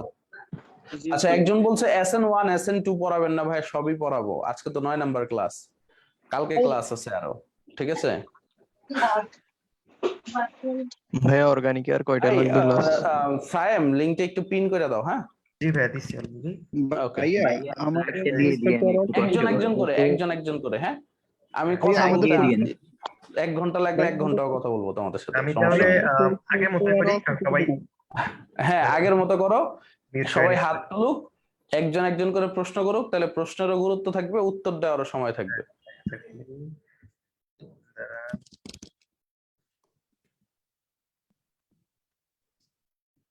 আপনি আনমিউট করেন, আপনাকে কোর্স দেওয়া নাই তো মিউট হয়ে গেছে বলে। আচ্ছা ঠিক আছে, হ্যাঁ ওকে, এখন থেকে সবাই হাত তুলবে। অলরেডি 2 জন তুলছে, যারা হাত তুলবে আমি প্রত্যেককে আমি পুরোপুরি এখন জুমে শিফট হয়ে গেছি, সমস্যা নাই। ওকে, সো প্রথমে আনান্তা, তারপরে হ্যাঁ শিহাব, আর হচ্ছে ফারহানা। ওকে ঠিক আছে, জি কোশ্চেন করো তোমরা। আসসালামু আলাইকুম। ওয়ালাইকুম আসসালাম। ভাইয়া আমার সমস্যা হচ্ছে জৈব যৌগটা অনেক আর কি কঠিন লাগতেছে এখন, মানে এটা কতটা গুরুত্বপূর্ণ ভাই অ্যাডমিশনের জন্য, পরীক্ষার কি? এডিশনে যদি বলতে চাই, ঢাকা বিশ্ববিদ্যালয়ে এমসিকিউতে আসবে তোমার 3 মার্ক, এমসিকিউতে 15 মার্কের ভিতরে এমসিকিউতে 2 থেকে 3 মার্ক মাস্ট আসবে, আর রিটেনে আসবে তোমার 3 মার্ক। টোটাল কেমিস্ট্রির যে তোমার 25 মার্ক আছে, 25 মার্কের ভিতরে 6 থেকে 7 মার্ক জৈব যৌগ আর কি। ধরো তুমি জৈব যৌগ বাদ দিলে আর কি, ধরো, ঠিক আছে, জৈব যৌগ অ্যান্সার করবে না, তো তোমার জি 25-এর ভিতরে 7 মার্ক আগে নাই, মানে 18 মার্কে তুমি এক্সাম দিতেছো। এখন তুমি কি 18-তে 18 পাবা এই কনফিডেন্স কিন্তু যে সব পারে সেও কিন্তু বলতে পারে না। ওইখান থেকে আরো ধরো অনেক ভালো স্টুডেন্ট হলে তুমি 2 মার্ক আরো কাটা যাবে, তো 16। জি সো জি তখন কিন্তু তোমার জন্য একটু টাফ হয়ে যাবে, কারণ ঢাকা বিশ্ববিদ্যালয়ে চান্স পাইতে গেলে আমি যদি ট্রুলি বলি, তুমি ফিজিক্স ম্যাথে এত মার্ক তুলতে পারবে না যতটা হচ্ছে বায়োলজি কেমিস্ট্রিতে তুলতে পারবা। আর স্ট্র্যাটেজি খাটাইতে হয়, তোমার হচ্ছে বায়োলজিতে যে 25 মার্ক থাকবে, তোমার চেষ্টা করতে হবে এমসিকিউতে 15টার ভিতরে 14টা বা 15টা বা 13টা, মানে যত মার্ক তোলা যায়। কেমিস্ট্রিতেও এরকম, কারণ হচ্ছে এগুলো তো সময় লাগে না, তো কম জি সময়ে ভাই বেশি মার্ক তোলা যায়। আর ফিজিক্সে দেখবা হচ্ছে যতই তোমার প্রশ্ন সহজ হোক না কেন, পরীক্ষার হলে না মাথা কাজ করে না ওরকম, বা ম্যাথের ক্ষেত্রে। সো ওইখানে দেখা গেছে তুমি 30-এর ভিতরে তোমার 20 তোলা বা 18 তোলা কষ্টকর হয়ে যাবে এমসিকিউতে, কারণ এমসিকিউতে তুমি যখন আগে ভালো করবা তখনই তো তোমার খাতাটা দেখবে, তাই না? সো জি ভাই জৈব যৌগ যদি কঠিনও লাগে, আমি তোমারে হচ্ছে বলে যাব সিলেক্টিভ টপিক গুলা পড়ো আর কি, যেগুলা প্রশ্নে আসছে। দেখবা তুমি যদি ঢাকা বিশ্ববিদ্যালয়ের বিগত 20 বছরের প্রশ্ন দেখো, জৈব যৌগের 250 প্রশ্ন আছে। 250টা টপিক যদি বুঝা বুঝা পড়ো, ইনশাল্লাহ এখান থেকে কমন আসবে। ঠিক আছে ভাইয়া, সিক্রেট, ধন্যবাদ। টপ সিক্রেট বলে দিলাম আর কি। এরপরে আছে আচ্ছা আমি শিহাবকে আনমিউট করে দিয়েছি, হ্যাঁ। আনামতা আছে, তারপর ফারহানা আছে, আর হচ্ছে নূর আয়েশা, তোমাদেরকে আনমিউট করার পারমিশন দেওয়া হয়েছে, কোশ্চেন করতে পারো। ভাইয়া যখন মেকানিজমটা রিটেনে আসবে তখন কি ব্যাখ্যা সহ বাংলাটা লিখতে হবে? না না, শুধু 3টে স্টেপ লিখে দিবে, স্টেপ 1, স্টেপ 2, স্টেপ 3, কারণ তোমার এত সময় নেই। আমি বলি রিটেনে কোন জায়গাটা ট্র্যাপে পড়ে, লাস্ট 2 বছর স্টুডেন্টরা যে ভুলটা করছে, রিটেনে প্রশ্ন থাকে অনেক। তুমি যদি রসায়নের প্রশ্নটাই দেখো, রসায়নই যদি দেখো, আমি তোমার যদি একটু বলি, তুমি যদি রসায়নই দেখো, রসায়ন হচ্ছে গত বছরের আগের বছর 13টা প্রশ্ন ছিল, গত বছর ছিল প্রায় 10টার মতো। সো 10টা প্রশ্ন তুমি যদি ছোট ছোট প্রশ্ন অ্যান্সার করতে চাও, তোমার কিন্তু 10 মিনিটে অ্যান্সার করা টাফ। আর রসায়নের জন্য তুমি বরাদ্দ পাবে, রিটেনে কত মিনিট থাকে? 40 মিনিট থাকে না ভাই? 40 মিনিট বা কত মিনিট আমার খেয়াল নাই আর কি, রিটেনে তো মনে হয় 40 মিনিটই থাকে, তাই না? 45 মিনিট। 45 মিনিট থাকে, হ্যাঁ সরি, 45 মিনিট থাকে রিটেন। সো তুমি 45 মিনিটের ভিতরে 10 মিনিট যদি রসায়নের পিছনে ব্যয় করো, বায়োলজির উত্তরগুলো লিখতে তো আরো টাইম লাগে। ফিজিক্স 4টা অঙ্ক থাকে, সো ম্যাথও এরকম থাকে। So it's so much tough. So যত ছোট পারো, ম্যাথও যদি দেখো একটা অঙ্কের উত্তর মুখস্থ পারো, তুমি প্রথম 2-3 লাইন লেখা ডাইরেক্ট উত্তর লিখে দিবা। বুঝতে পারছো? মানে ওই এত সুন্দর করে লিখতে বলে না, এইখানে দেখা হবে তুমি কতটা স্মার্ট। বাট প্রত্যেক বছর স্টুডেন্টদেরকে বুঝাই দেই, রিটেনে তোমরা ধরা খাবা, সময় নিয়ে ধরা খাবা। সো যেটা পারো ওইটা আগে অ্যান্সার করো। দেখা যায় কি, ধরো ফিজিক্সের একটা ম্যাথ তোমার কনফিউশন লাগতেছে, তুমি বাসায় যখন প্র্যাকটিস করো, ওর অনেক কিছু এরকম আছে না, মানে চেষ্টা করতেছো পারতেছো না, বাট ওইখানে চেষ্টা করার সুযোগ নাই, পারতেছো না, প্রথম দেখায় মনে হবে এটা পারি না, পরে এটা সবার শেষে। এই স্ট্র্যাটেজিটা অ্যাপ্লাই করতে হবে। এবং মনে রাখবা, যদি মনে করো যে এগুলো না পারো, ওইগুলো নিয়ে প্রথম দিকে মাথা কামাও, তোমার সময় চলে যাবে এবং তুমি নার্ভাস হয়ে যাবে এবং তোমার চান্স পাওয়ার রেশিও কমে যাবে। তোমাকে আগে কি করতে হবে, এটা ইজ লাইক এ গেম। তোমার হচ্ছে আগে মনে করো নাম্বার গেইন করতে হবে, মানে সহজ সহজ গুলা, মানে এইখানে তো দেখতেছে না তুমি সহজটা দিয়ে নাম্বার পাচ্ছ না কঠিনটা দিয়ে নাম্বার পাচ্ছ, কেউ দেখবে? বলো আমান্তা, তুমি বলো, কেউ সহজটা দিয়ে নাম্বার পাচ্ছে না কঠিনটা দিয়ে নাম্বার পাচ্ছে, কেউ দেখবে? কেউ কিন্তু দেখবে না। দেখবে তুমি কত নাম্বার পাচ্ছ, এবং ওই নাম্বারের বেসিসেই চান্স হবে।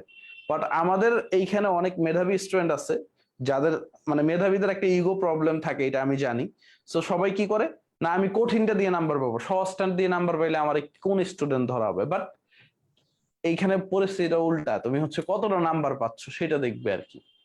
আমার কথাটা ক্লিয়ার? সো এইখানে রিটেনের জন্য যত ছোট ভাবে পারো তত ছোট ভাবে অ্যান্সার দিতে হবে, মানে মূল লাইনটা শুধু। ওকে, এরপরে নূর আয়েশা আছে, আনমিউট করে পারমিশন দিয়েছি, কোশ্চেন করতে পারো। ভাইয়া আমাদের ইংলিশে আরো ক্লাস দিলে ভালো হতো, আর ইংলিশে ভোকাবুলারি পার্টটা কিভাবে পড়বো এই ব্যাপারে যদি স্যার ইনস্ট্রাকশন দিত তাহলে ভালো হতো, কারণ দেখা যাচ্ছে ডিউতে অনেকগুলো কোশ্চেন ওরকম মুখস্থ দিতে ওখান থেকে আসে। আচ্ছা, আমি স্যারকে রিকোয়েস্ট করবো না, বাট আমি তো অ্যাকচুয়ালি ইংলিশ সম্বন্ধে কি আছে জানি না, বাট স্যার বলছে আমার এনাফ এনাফ, বুঝতে পারছো? আমি স্যারদের রিকোয়েস্ট করছি পড়াইতে, এবং স্যাররা খুব আন্তরিক ভাবেই ক্লাস দিচ্ছে। যদি এক্সট্রা ক্লাস লাগে দুই একটা সলভ ক্লাসের ব্যবস্থা করে দিব, না সমস্যা নেই। ওকে, এরপর নাম নাই, আসসালামু আলাইকুম ভাইয়া। Oppo F5 Youth কোশ্চেনটা করতে পারো যদি থেকে থাকে আর কি। জি বলো। ভাইয়া আমার কোয়েশ্চেন বলতে মানে আমার একটু জানার ছিল, মানে জানুয়ারি থেকে যখন থেকে পড়তেছিলাম মানে অনেক উৎসাহ ছিল যে না আমি পারবো, তো পড়তেছিলাম মানে ভালোই স্পিড ছিল, বাট যত টাইম যাইতেছে আর আশেপাশের সিচুয়েশন দেখতেছি মানে তত আমি অনেক বেশি নার্ভাস হয়ে যাচ্ছি। মানে যখন কি আমার পড়ার স্পিড এখন আরো বেশি হওয়া উচিত, আমি যেমন আগে 6 থেকে 7 ঘন্টা পড়তে পারতাম, এখন আমার স্পিড আরো কমে যাচ্ছে, কারণ আমার কাছে মনে হচ্ছে যে আশেপাশে সবার পড়া শেষ, আমি কিছুই পারি না, পরীক্ষায় গিয়ে হয়তো আমি কিছুই অ্যান্সার করতে পারবো না। মানে এরকম আমি দিন দিন আরো ডিমোটিভেটেড হয়ে যাইতেছি যত টাইম আসতেছে, মানে কম্পিটিশনটা আমার খুব ফিল হইতেছে, আর মানে অনেক প্রেসার ফিল হচ্ছে, যে কারণে আমার পড়ার স্পিডটা কমে যাচ্ছে আগের তুলনায়। আচ্ছা আপু, তোমার নামটা একটু বইলো, তাহলে আমার তোমার সাথে কমিউনিকেট করতে আমার নাম ভালো হবে। ফারহানা জামান খুশি। আচ্ছা ফারহানা, আচ্ছা শোনো আমি তোমার একটু বলি, মানে আমাদের অ্যাকচুয়াল যারা চান্স পায়, সো এদের ভিতরে অনেক স্টুডেন্ট আছে প্রতিযোগিতা থেকে ঝরে যায় আর কি। কেন ঝরে যায়? কারণ হচ্ছে এই কম্পিটিশনটাকে অনেক বড় মনে করে। অ্যাকচুয়াল কম্পিটিশনটা কিন্তু তোমার এত বড় না, অ্যাকচুয়াল কম্পিটিশনটা কিন্তু একেবারে ছোট্ট একটা পোর্শনে 10 থেকে 12,000 স্টুডেন্টদের সাথে। আর কম্পিটিশন ওইটা, কারণ হচ্ছে তুমি তোমার মার্ক দিয়ে তুমি চান্স পাবা, এমন তো না যে তোমাকে লটারি করে একজনকে বসায় দিবে। ঢাকা বিশ্ববিদ্যালয়ে 1865টা সিট আছে, 80,000 স্টুডেন্ট পরীক্ষা দিবে, 80,000-এর ভিতরে লটারি হবে, যে লটারিতে আসবে তার চান্স, এরকম না কিন্তু ব্যাপারটা। ব্যাপারটা হচ্ছে এরকম, তুমি নাম্বার পাবা, তুমি চান্স পাবা, এবং এই জিনিসটা মাথায় রাখবা, তোমার কম্পিটিটর তুমি নিজেই। এখন তোমার কিন্তু অন্য কেউ তোমার এক্সামে প্রভাবও ফেলাইতে পারবে না, এবং অন্য কেউ তোমার এক্সাম ভালো হবে বা খারাপ হবে এটা ডিসাইডও করতে পারবে না। বাট এটা হচ্ছে আমাদের ব্রেইনের একটা লুপ, আমাদেরকে মনে করো এই বাজে একটা চিন্তার ভিতরে ফালায় দেয় যে হচ্ছে অন্যরা সব পড়ে ফেলছে, আমার পড়া হচ্ছে না। দেখো একটা কথা আছে, নদীর এপার কহে ছাড়িয়া নিঃশ্বাস, ওপারেতে সর্বসুখ আমার বিশ্বাস। এই থিংটার কারণে অনেক মানুষ পিছিয়ে আছে। এখন দেখো, ধরো হচ্ছে তুমি আজকে তুমি যার কথা চিন্তা করতেছো যে ওরা আমার থেকে বেশি পড়ে ফেলতেছে, ধরো আজকে তুমি ওদের থেকে বেশি পড়লা, তাইলে কি তোমার ওই রকম খুশিটা লাগে? এমনও তো হইতে পারে আজকে তুমি ওদের থেকে বেশি পড়ছো। সো এই জিনিসটা কখনোই মাথায় আনা যাবে না যে অন্য কেউ কম্পিটিটর আছে। আমি যে জিনিসটা করতাম এডমিশনের টাইমে, আমি ফিল করতাম আমার কম্পিটিটর আমি নিজেই, আমাকে মার্ক পাইতে হবে, এবং মার্ক পেইলে আমি চান্স পাবো। প্রত্যেক বছর একটা বলে না এই কাট মার্ক, যেমন গত বছর ঢাকা বিশ্ববিদ্যালয়ে কাট মার্ক ছিল কত, 60 বা 65, এরকম 60-এরও কম ছিল আর কি, আমি আমার যতদূর মনে পড়ে আর কি। তো ঠিক সেম ভাবে তুমি যদি ওই পরিমাণ মার্কটা পাও, তোমার চান্স হয়ে যাবে। তুমি এতদিন কি A+ পাওয়ার জন্য পড়ছো, এবং ম্যাক্সিমাম স্টুডেন্ট এই কাজটাই করো আর কি, 100-তে 80 পাইলে A+। তুমি এরকম একটা টার্গেট নাও না ঢাবিতে 100-তে 80 পাবা, তুমি টপ 500-এর ভিতরে থাকবা, বুঝতে পারছো? তুমি এরকম একটা টার্গেট নাও না যে আমি ঢাকা বিশ্ববিদ্যালয়ে যে আমার 100 মার্কের পরীক্ষা এখানে 80 নিব, কঠিন তো কিছু না। বাট এই যে পোলাপাইন চিন্তা করে হ্যাঁ কম্পিটিশন, অন্যরা আগায় যাচ্ছে, এটা করা যাবে না। তুমি চিন্তা করবা তোমার কম্পিটিটর তুমি নিজেই, তোমার নিজের জন্য পড়তে হবে, তোমাকে একটা মার্ক পাওয়ার জন্য পড়তে হবে, এবং পরীক্ষার হলে কিন্তু সেইটাই দিবে। পরীক্ষার হলে তোমার কম্পিটিশনটা কোন দিক দিয়ে বিচার করা হয়, তুমি কত মার্ক পাইলে তার উপরে সিরিয়াল করে, নাকি এমন হয় তুমি 60 মার্ক পাইছো, তুমি টপ 200-এ আছো, তুমি যেদিন 80 মার্ক পাবা তখনই তুমি কি টপ 200-এ থাকবা। আমার কথাটা বুঝতে পারছো খুশি?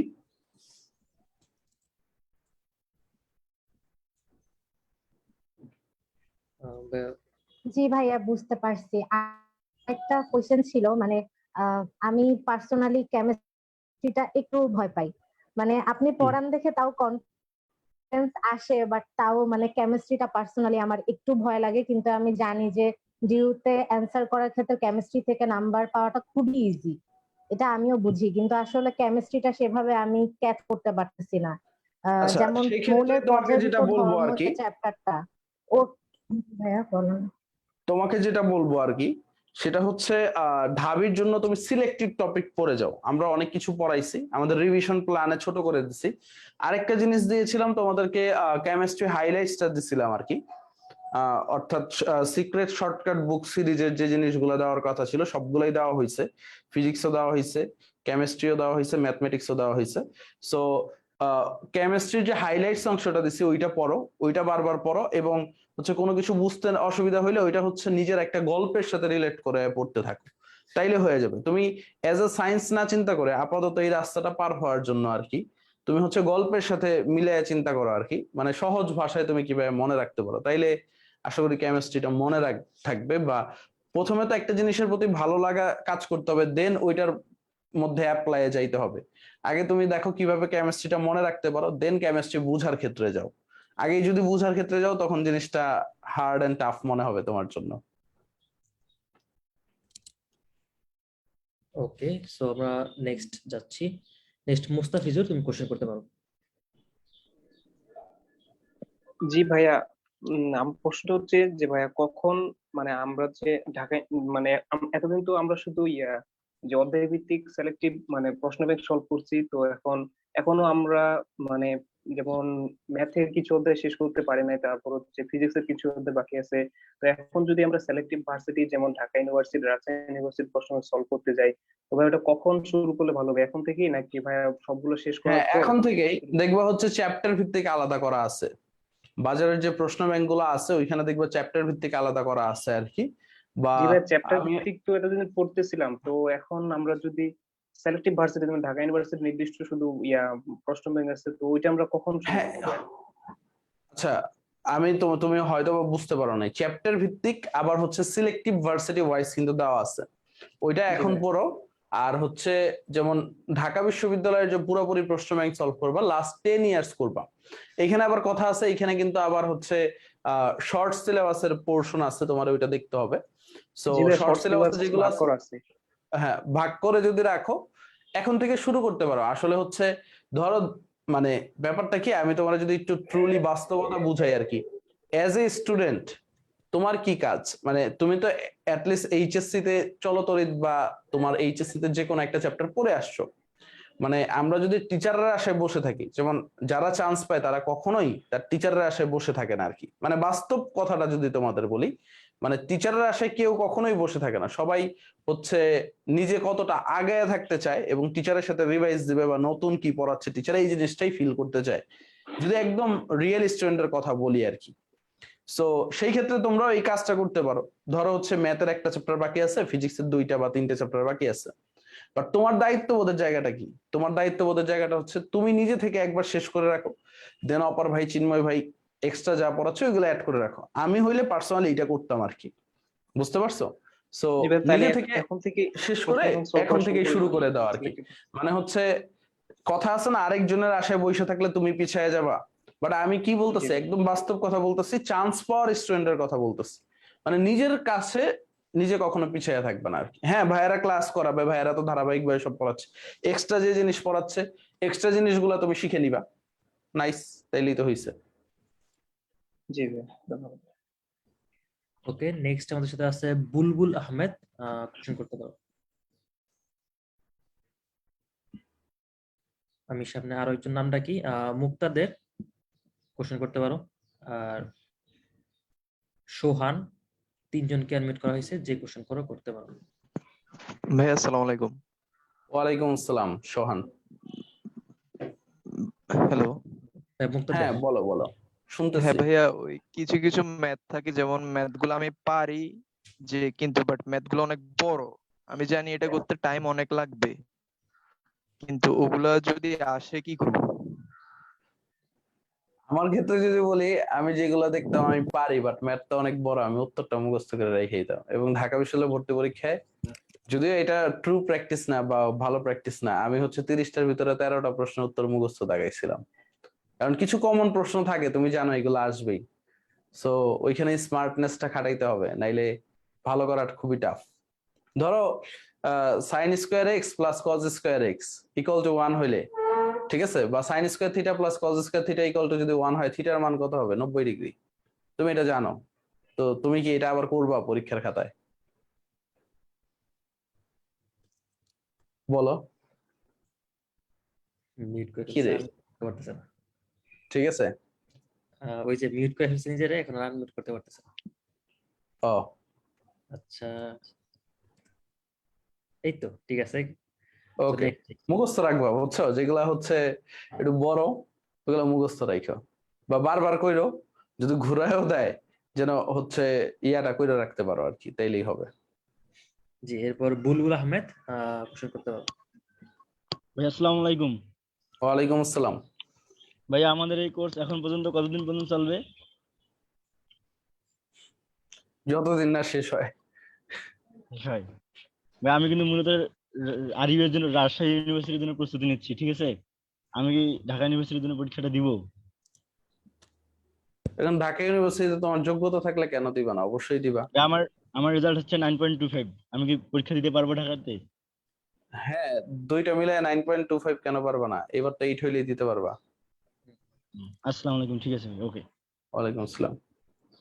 নেক্সট হচ্ছে প্রীতি জামান, কোশ্চেন করতে পারো। আসসালামু আলাইকুম ভাইয়া। ওয়ালাইকুম আসসালাম। ভাইয়া আমার প্রশ্ন হচ্ছে ডিইউ তে চান্স পাওয়ার জন্য কি স্ট্র্যাটেজিতে পড়তে হবে? মানে এতদিন তো আমরা হচ্ছে ক্লাসগুলো সবই করছি, প্র্যাকটিসও করছি, এবার একদম এখন হচ্ছে পারফেক্ট। ডিওর স্ট্র্যাটেজিটা এমসিকিউ এর জন্য যদি বলি, এই আগামী 1.5 মাস শুধু ঢাবির প্রশ্নই সলভ করবা।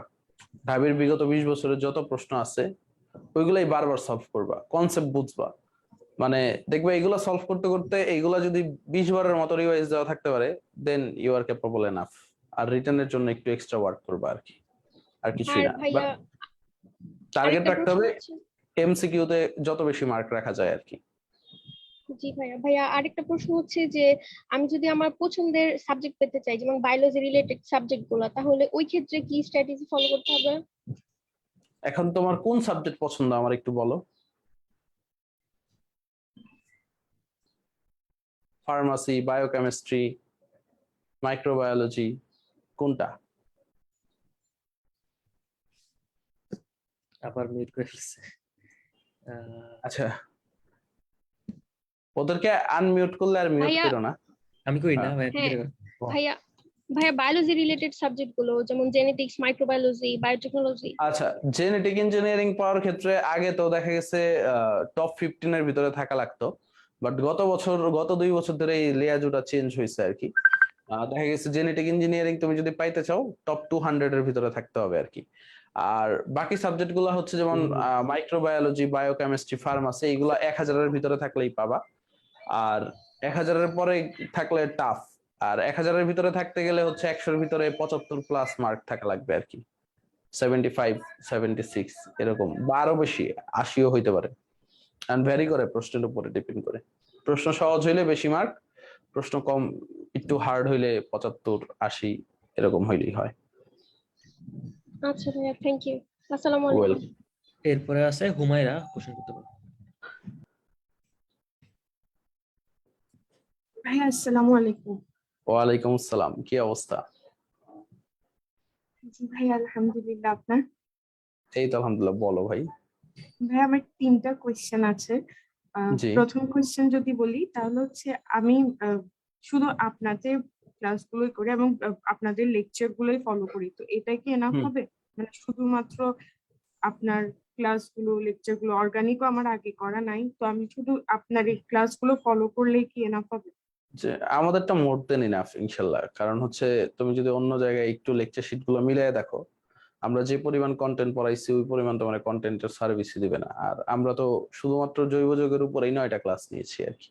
জি ভাই, এটা আমি বিলিভ করি। আর হচ্ছে মানে আলাদা করে কি আমাদের রসায়ন বই বা বইগুলো রিডিং করতে হবে বা বই থেকে পড়তে হবে কি?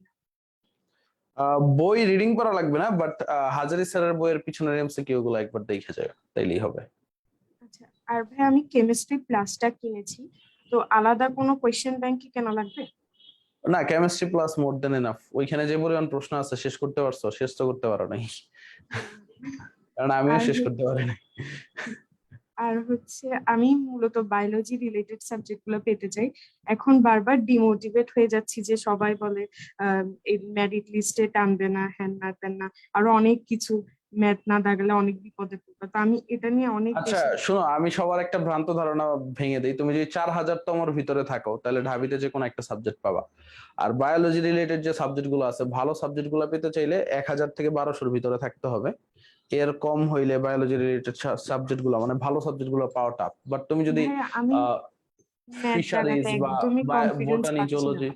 হ্যাঁ, ম্যাথ দাগানোর জন্য একদমই কনফিডেন্স পাচ্ছি না যে আমি ম্যাথ মানে এই 1.5 মাসে তো আরো বেশি আচ্ছা ডিমোটিভেট তোমার হয়ে যদি যাচ্ছি। ম্যাথ না পড়া থাকে আর কি, তো সেই ক্ষেত্রে হচ্ছে তোমার আরেকটা অপশন থাকতে পারে বাংলা অথবা ইংলিশ। ভাই বাট আমি চাচ্ছি এইখানে তো আমরা, বাংলাটা দাগাতে। হ্যাঁ বাংলায় যদি তোমার ওইভাবে স্ট্রং সাইড থাকে তাহলে দাগাইতে পারো, যেহেতু বায়োলজি ভাই রিলেটেড 1.5 সাবজেক্টে মাসে পড়ার ইচ্ছা। যদি বাংলা প্রিপারেশনটা নিই তাহলে কি সম্ভব হবে না? অসম্ভব বলতে কিছু নাই, কারণ হচ্ছে তোমাদের ব্যাচও অনেক সময় পাইছো। আমরা যখন পড়তাম আমাদের 2.5 থেকে 3 মাসের বেশি সময় কেউ পাইতো না। এই কারণে দেখা যেত হচ্ছে আমাদের এডমিশন মানে ধুমধারাক্কা, মানে তখন ভাইয়ারা পড়াইতেও কম, অল্প জিনিস পড়াইতো। ওইটার ভিতরে ইনশাল্লাহ হচ্ছে আমরা দেখা গেছে আরো অ্যাডেন করে পড়ালেখা করতাম। বাট তোমরা লিটারেলি হচ্ছে অনেক পড়তেছো, কোনো সমস্যা নেই। 1.5 মাসে বাংলা মোর দেন এনাফ। ইভেন কি বাংলা তো 20 দিন পড়লেও পারার কথা আর কি।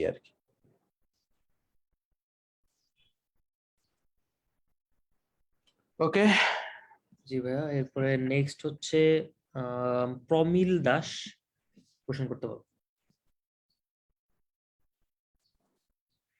সামনে আরো আগে আমি এরপর আছে কানাই, আনমিউট করেছি, কোশ্চেন করতে পারো। একই সাথে আফরিনা আক্তার, 3জনকে আনমিউট করেছি, যে কোশ্চেন করতে পারো। জি ভাইয়া, আতাব ভাইয়া। জি ভাইয়া আমি তো মেডিকেলের প্রস্তুতি নিয়েছিলাম, তো এখন তো আমার ম্যাথে কোনো মানে ধারণাই নাই, আর শ্রাবণ ভাইয়ের ক্লাসগুলো করতে পারিনি।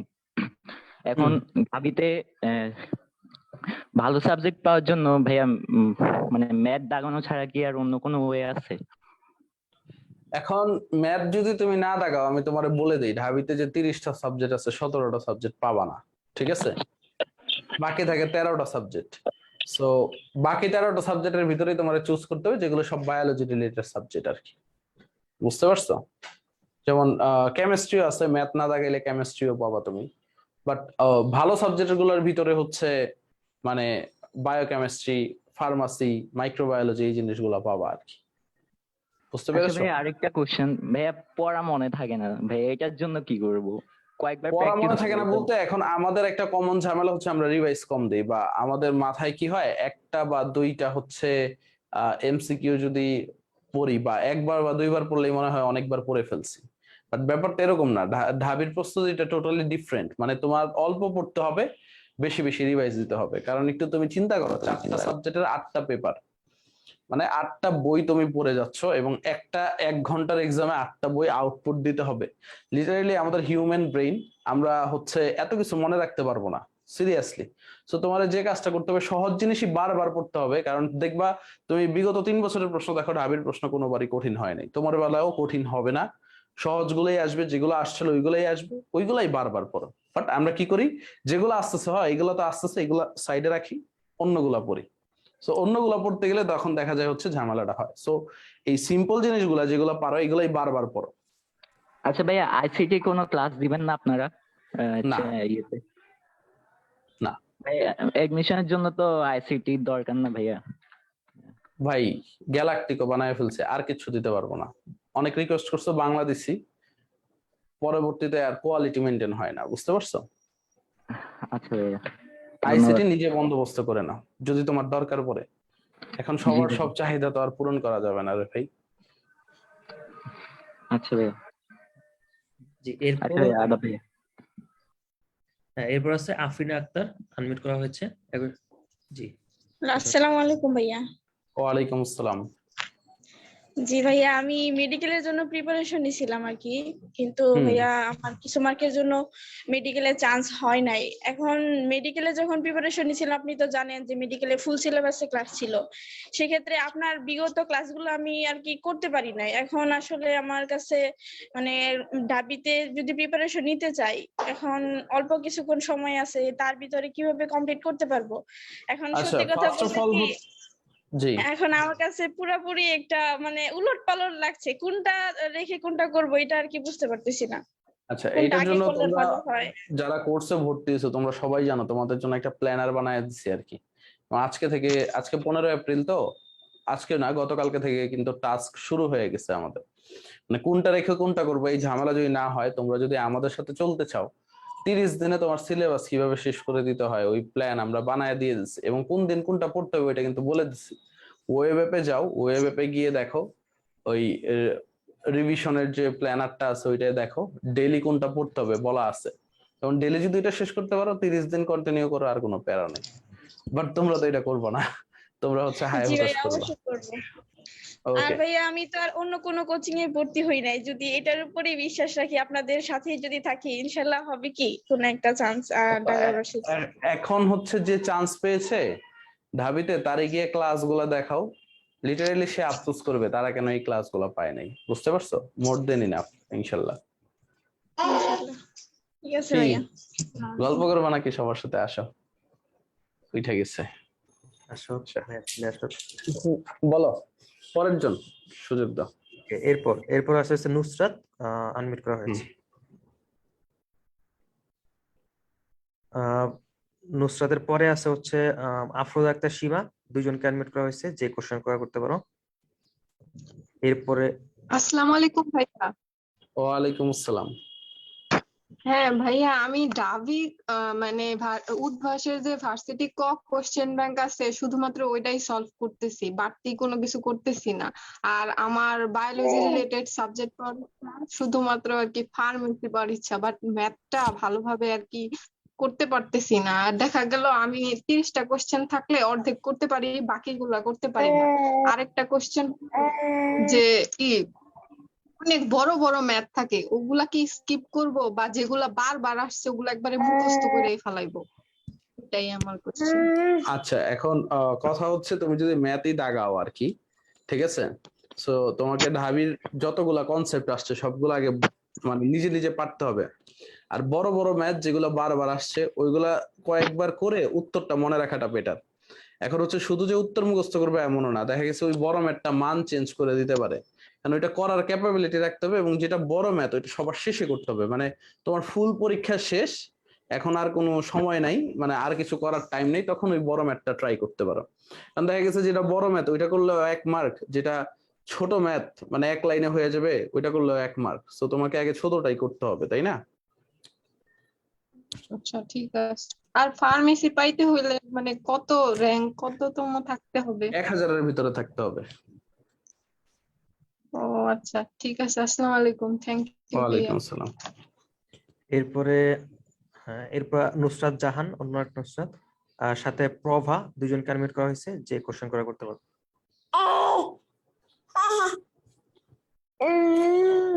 আসসালামু আলাইকুম ভাই। ওয়ালাইকুম আসসালাম। ভাই এবার ঢাবির কাট মার্কস কত হতে পারে? প্রশ্ন করছে, প্রশ্ন না করলে আমি কেমনে বলুন? প্রশ্ন দেখছি ভাই। মানে অন্য বছরের তুলনায় এবার তো মেডিকেলের কাট মার্কসটা বেশি ছিল, তো তাহলে ঢাবিরও শোনো, কাট মার্কস কিভাবে বলে, প্রশ্ন দেখে তারপরে সবাই জাজ করে, বাট জাজ করাও ঠিক না, কারণ এটা পরীক্ষার্থীর উপর ডিপেন্ড করে।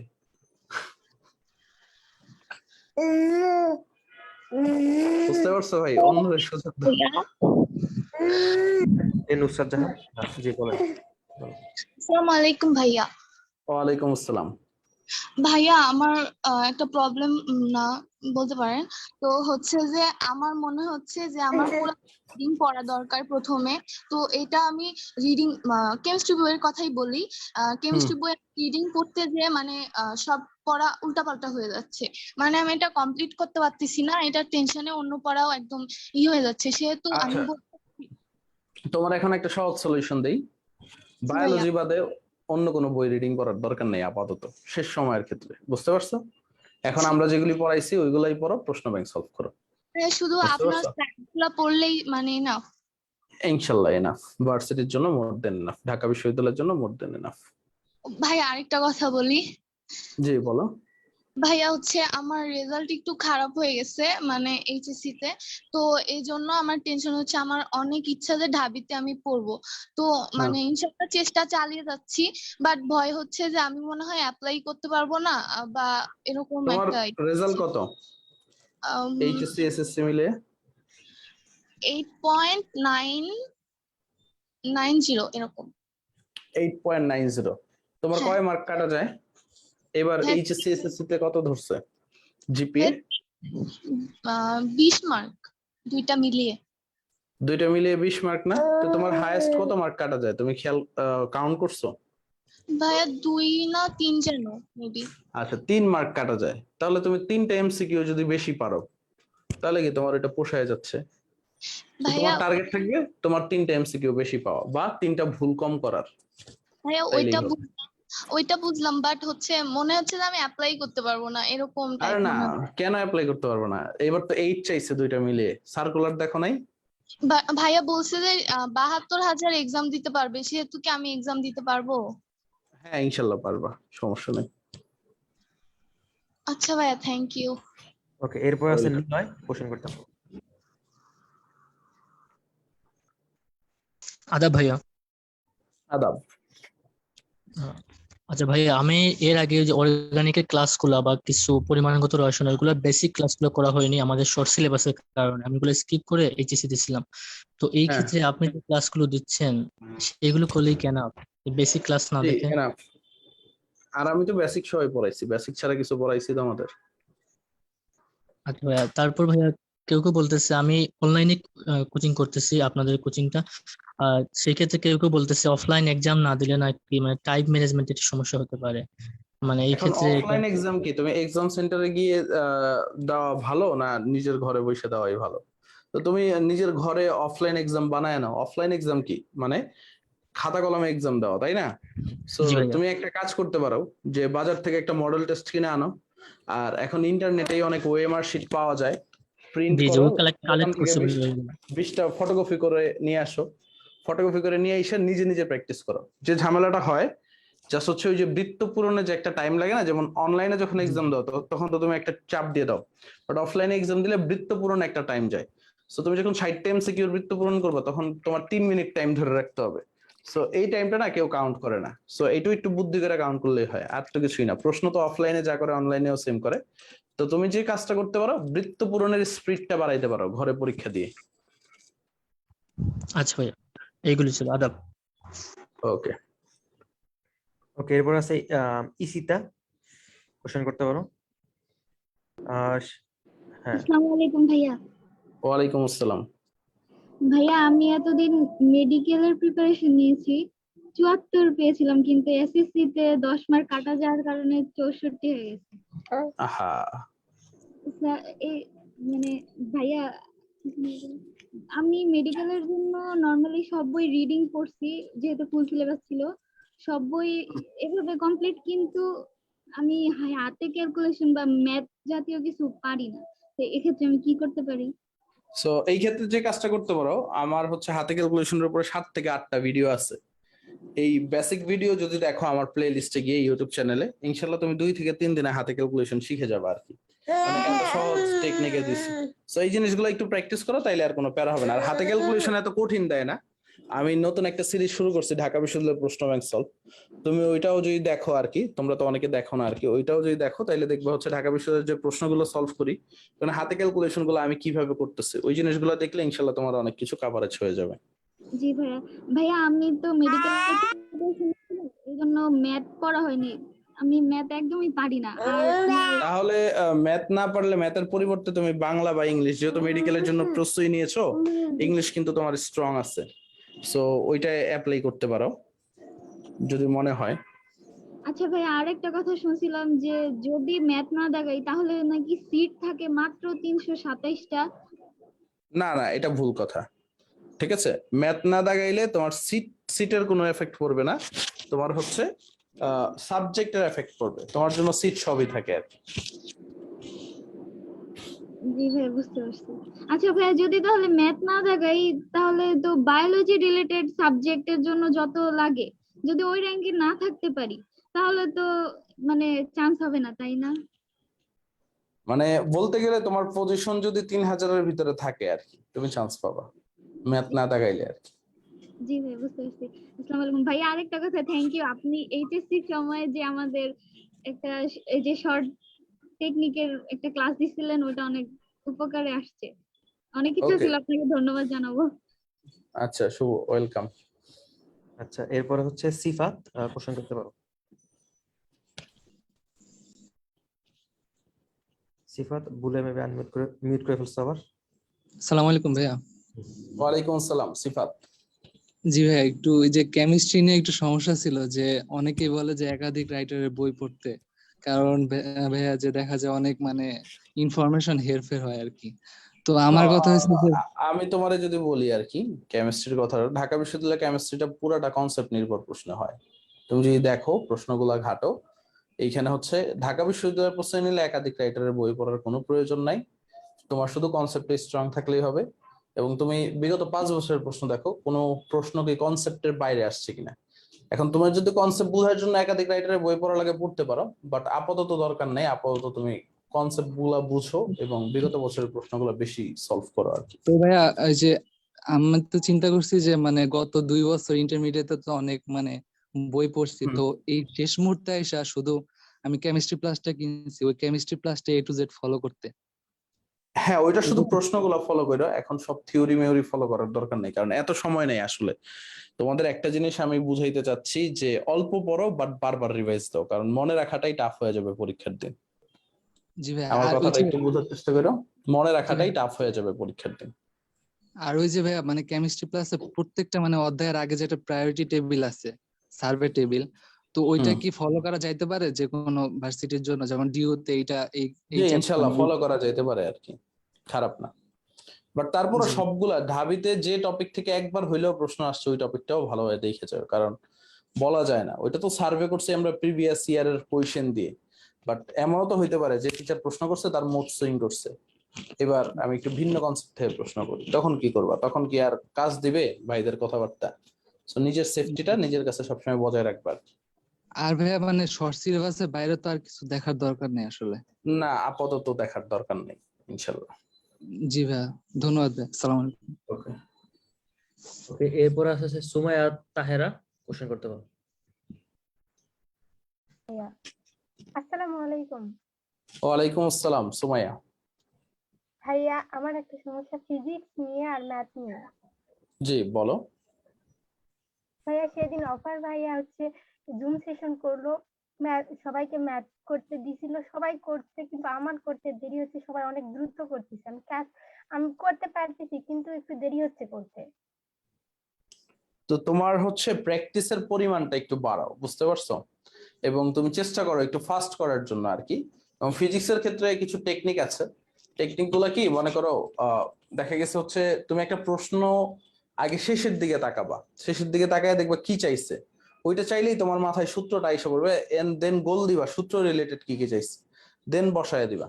এবং নিজে নিজে চেষ্টা করবো কত দ্রুত করতে পারো। প্রথমবার করতে একটা জিনিস একটু টাইম লাগবে, বাট দ্বিতীয়বার যদি টাইম লাগে তখন বুঝবা তোমার আরেকটু ফাস্ট করতে হবে বা আরেকটু দ্রুত করতে হবে আর কি। ভাইয়া শুধু প্রশ্ন ব্যাংক পড়লেই তো হবে না ঢাবির এই কয়েকদিনের ফিজিক্সের ক্ষেত্রে ঢাবির প্রশ্ন ব্যাংক হচ্ছে এমসিকিউ কভারেজ দিবে, আর রিটেনের জন্য তোমার অপার ভাই যে স্লাইড গুলো পড়াচ্ছে ওইগুলো সবগুলো পড়তে হবে। ফিজিক্সের রিটেন ঢাবি বরাবরই নতুনত্ব আনার চেষ্টা করে, এই কারণে অপার ভাই এত ডিটেলসে তোমাদেরকে পড়াচ্ছে, চিন্ময় দাদা এত ডিটেলসে পড়াচ্ছে।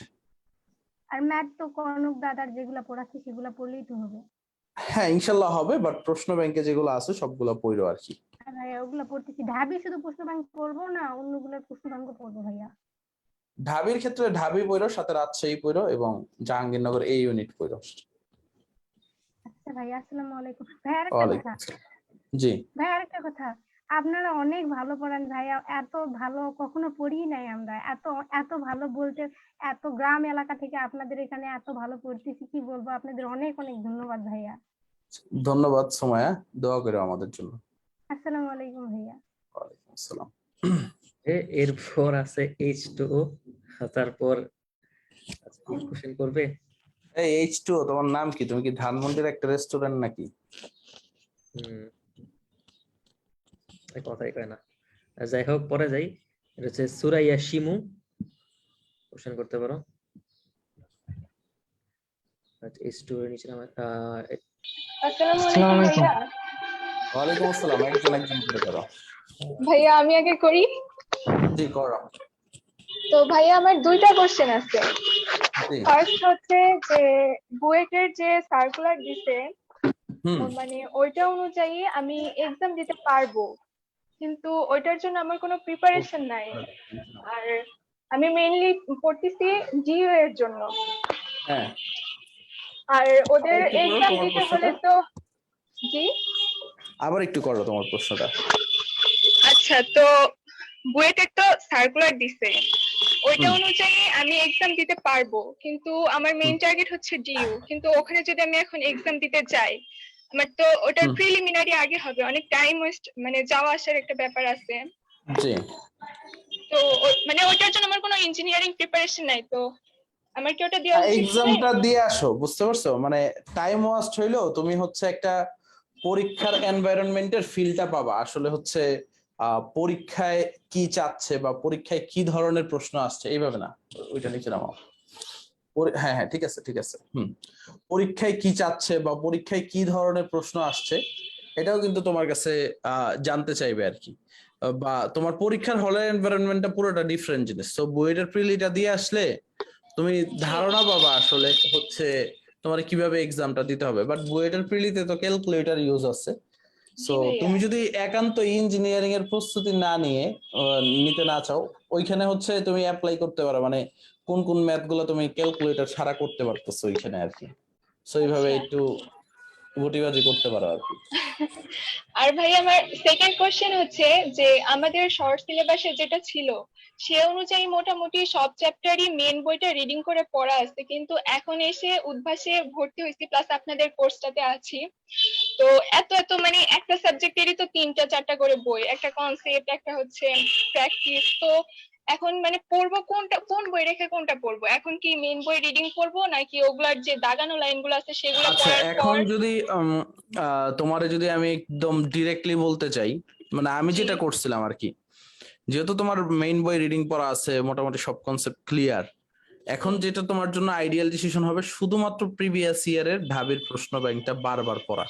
মানে এইটা যে কতটা কাজে দিবে বা এই কথাটার গুরুত্বটা কি এখন তোমরা বুঝবা না। মানে ভাইয়া এত কম পড়তে বলতেছে, বাট এটা এত বারবার কেন পড়তে বলতেছে? কারণ দেখবা প্রশ্ন সেই সহজেই আসছে, কিন্তু তুমি সহজ প্রশ্নই উত্তর দিতে পারবে না। তোমার কাছে মনে হবে পরীক্ষার হলে আমার প্রশ্নটা কমন বাট আমার উত্তরটা কমন না।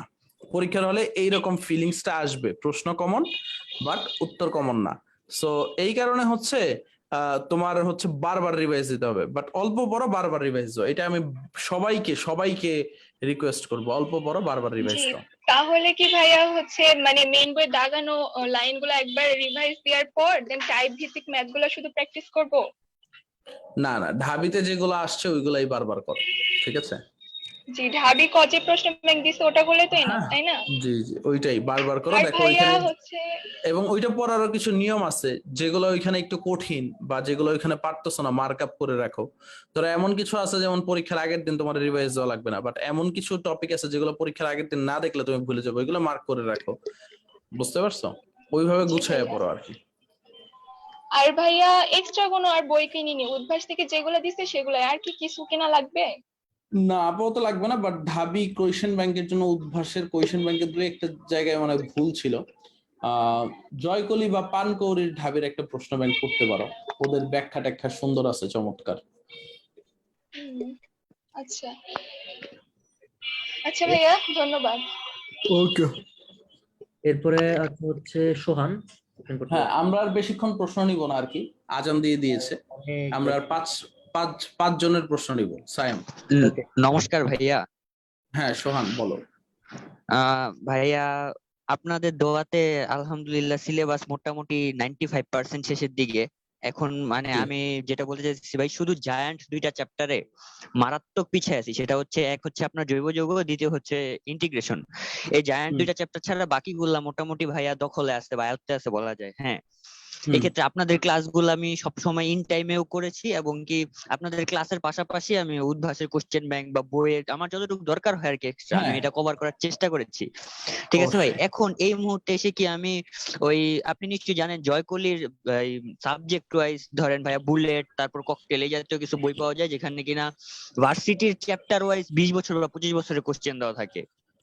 তো এখন ভাই আমি এই জায়গার ঢাবির কোশ্চেন গুলো সলভ করা শুরু করেছি, মানে চ্যাপ্টার ওয়াইজ।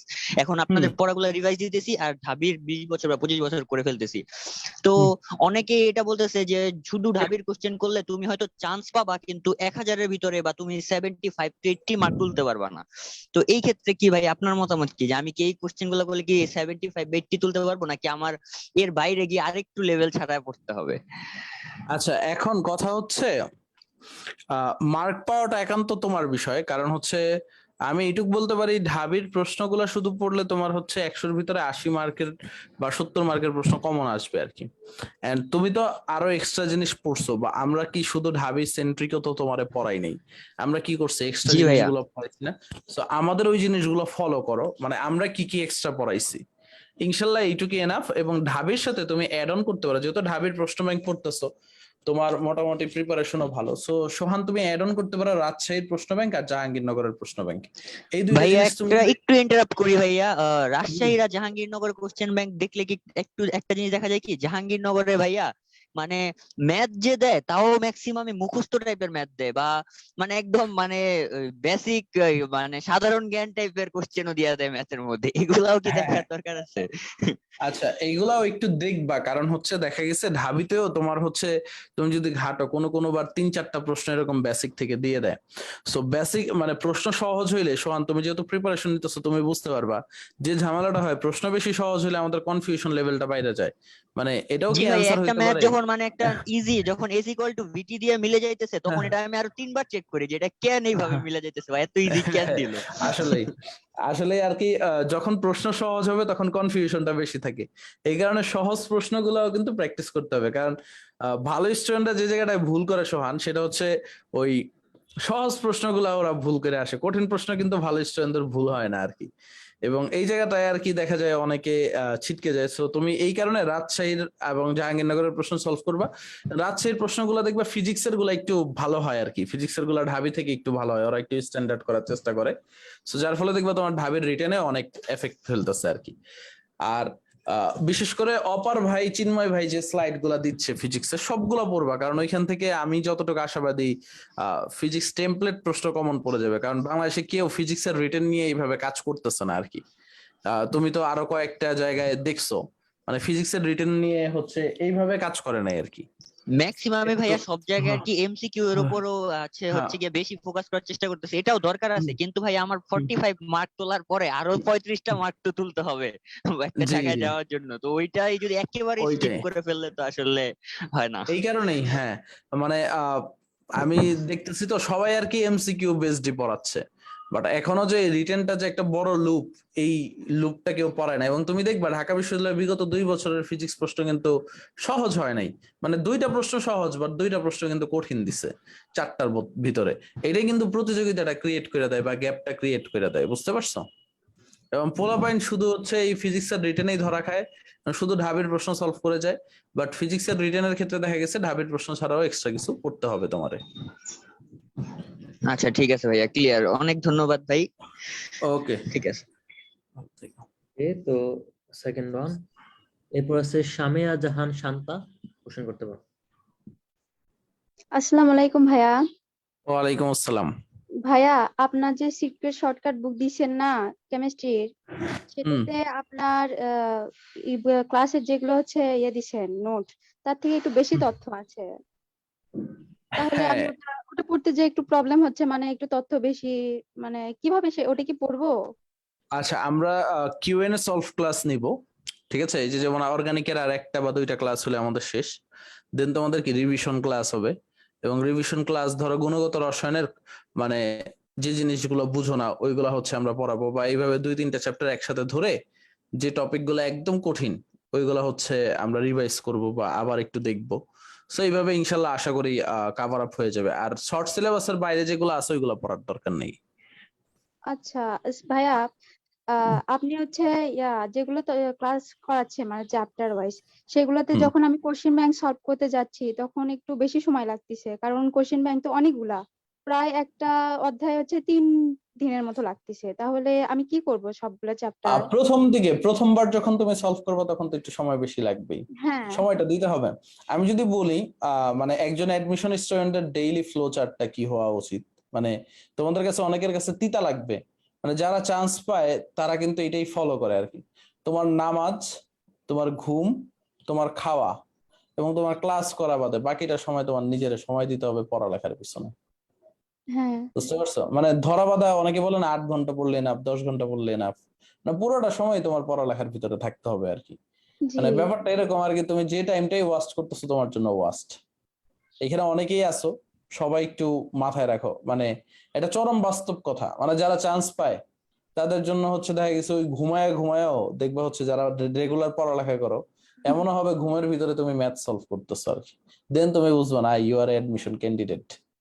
আপনার লেকচার গুলা মিনিমাম কতবার রিভাইজ দেওয়া লাগবে মানে ডিউ পরীক্ষার আমার আগে? লেকচার গুলা প্রথমবার দেখলেই হবে, বাট লেকচার নোট গুলা 10-15 বার রিভাইজ দিও। হ্যাঁ লেকচার নোট গুলা। আচ্ছা হ্যাঁ, থ্যাংক ইউ ভাইয়া। ওকে ঠিক আছে। থার্ড ওয়ান, নিয়ন কোশ্চেন করতে পারো। নিয়নের পরে হচ্ছে ফারহানা জামান খুশি, আগেও করেছিল। আচ্ছা, তাও আমি আরেকবার দিলাম। ভাইয়া আমি একটা কোয়েশ্চেন ব্যাংকের জানতে চাচ্ছিলাম, যেটা চ্যাপ্টার ওয়াইজ শুধু ঢাবির কোয়েশ্চেন থাকবে, মানে এটা সম্পর্কে আমার আইডিয়া নাই। উদ্ভাসের যেটা ওটা সাল ভিত্তিক, তো মানে সব এখানে হচ্ছে তুমি একদম অগোছালো লাগে। বুলেট, ককটেল এন্ড হচ্ছে অ্যাসপিরিন দেখতে পারো, এন্ড জীবকোষ। এখানে জীবকোষেও চ্যাপ্টার ওয়াইজ ঢাবির প্রশ্ন নাই, বাট হচ্ছে বুলেট, ককটেল, অ্যাসপিরিন তোমার যদি কোনো ফ্রেন্ডের থাকে তার থেকে শুধু ঢাবির প্রশ্নগুলো ছবি তুলে নিও, কেনার দরকার নাই আর কি, পিডিএফটা তুলে নিও আর কি, তাইলেই হবে আর কি। এগুলা কি আলাদা আলাদা সাবজেক্ট ওয়াইজ 3টা বই? হ্যাঁ আচ্ছা, আমি একটা কাজ করব না, দেখি আমি কালেক্ট করে যদি 3-4 দিনের ভিতরে পিডিএফ দিতে পারি, হ্যাঁ তাহলে পিডিএফ গুলো আমাদের গ্রুপে পোস্ট করে দিব না। হ্যাঁ, আসসালামু আলাইকুম ভাইয়া। ওয়ালাইকুম আসসালাম।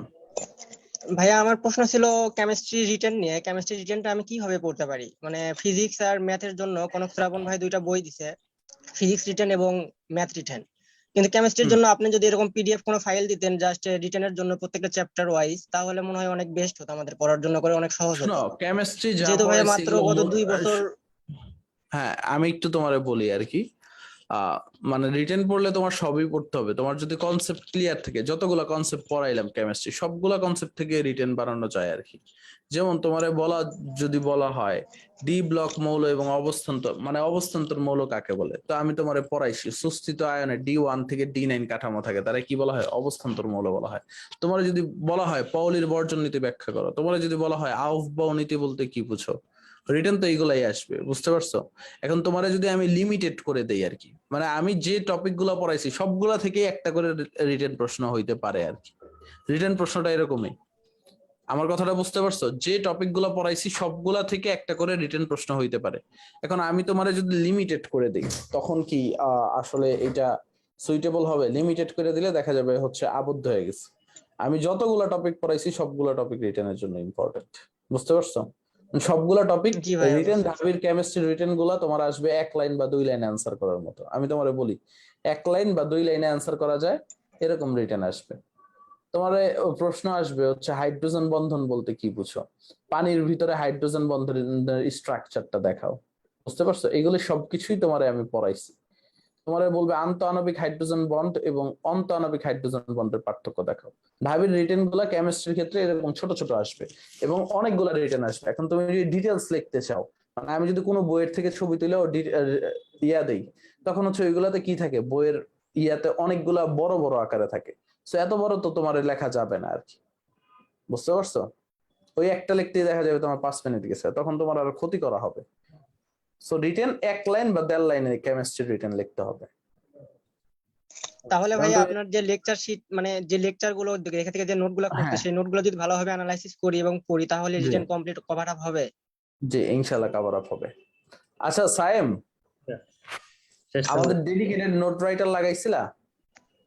ও ভাইয়া আজকে পোস্ট দিব না, আচ্ছা ওদের থেকে কালেক্ট করতে পারলে কইরো কেমিস্ট্রি গুলা, তাইলে আমি গুছায় কেমিস্ট্রির যতগুলা ফাইল আছে একসাথে ওদের দিয়ে দিব না। কেমিস্ট্রির জন্য যা যা ম্যাটেরিয়ালস আছে একটা ফাইলে দিয়ে দিব না। ওকে ভাই, ঠিক আছে। ওকে, লাস্ট ওয়ান তাহলে এখন এটা হচ্ছে যে আছে এমডি সানাউল, কোশ্চেন করতে পারো, এরপর আমরা শেষ করতেছি। হ্যালো, আসসালামু আলাইকুম ভাইয়া। ওয়ালাইকুম আসসালাম। ভাইয়া মানে আমি তো মানে এতদিন অনেক বড় বড় ম্যাথ অনেক কিছু পড়ছি কনসেপ্ট, বাট এখন মানে কোশ্চেন ব্যাংক অনেক ইজি ইজি লাগে, বাট এখন থেকে কোশ্চেন ব্যাংক কি কন্টিনিউ করব নেক্সট জি, 2 মাস? কোয়েশ্চেন ব্যাংকই কন্টিনিউ করো, কারণ তোমার পরীক্ষায় প্রশ্ন ইজি ইজি আসবে। জি ভাইয়া। ওকে, তাহলে আজকে আমরা এখানে শেষ করি। ইনশাল্লাহ হচ্ছে আমরা আগামী দিন আবার কিউএনএ সেশন করবো না, তোমরাও হাত তুলো, কারণ হচ্ছে সবার সাথে এরকম কয়েকটা কিউএনএ সেশন করলে ভালোই লাগবে আর কি। তাইলে আজকে এই পর্যন্ত থাকুক। আল্লাহ হাফেজ, ভালো থাইকো, সুস্থ থাইকো, সবার জন্য শুভকামনা রইলো। সবার সাথে আবার দেখা হবে ইনশাল্লাহ। আল্লাহ হাফেজ। সায়েম শেষ করে দাও। হ্যাঁ।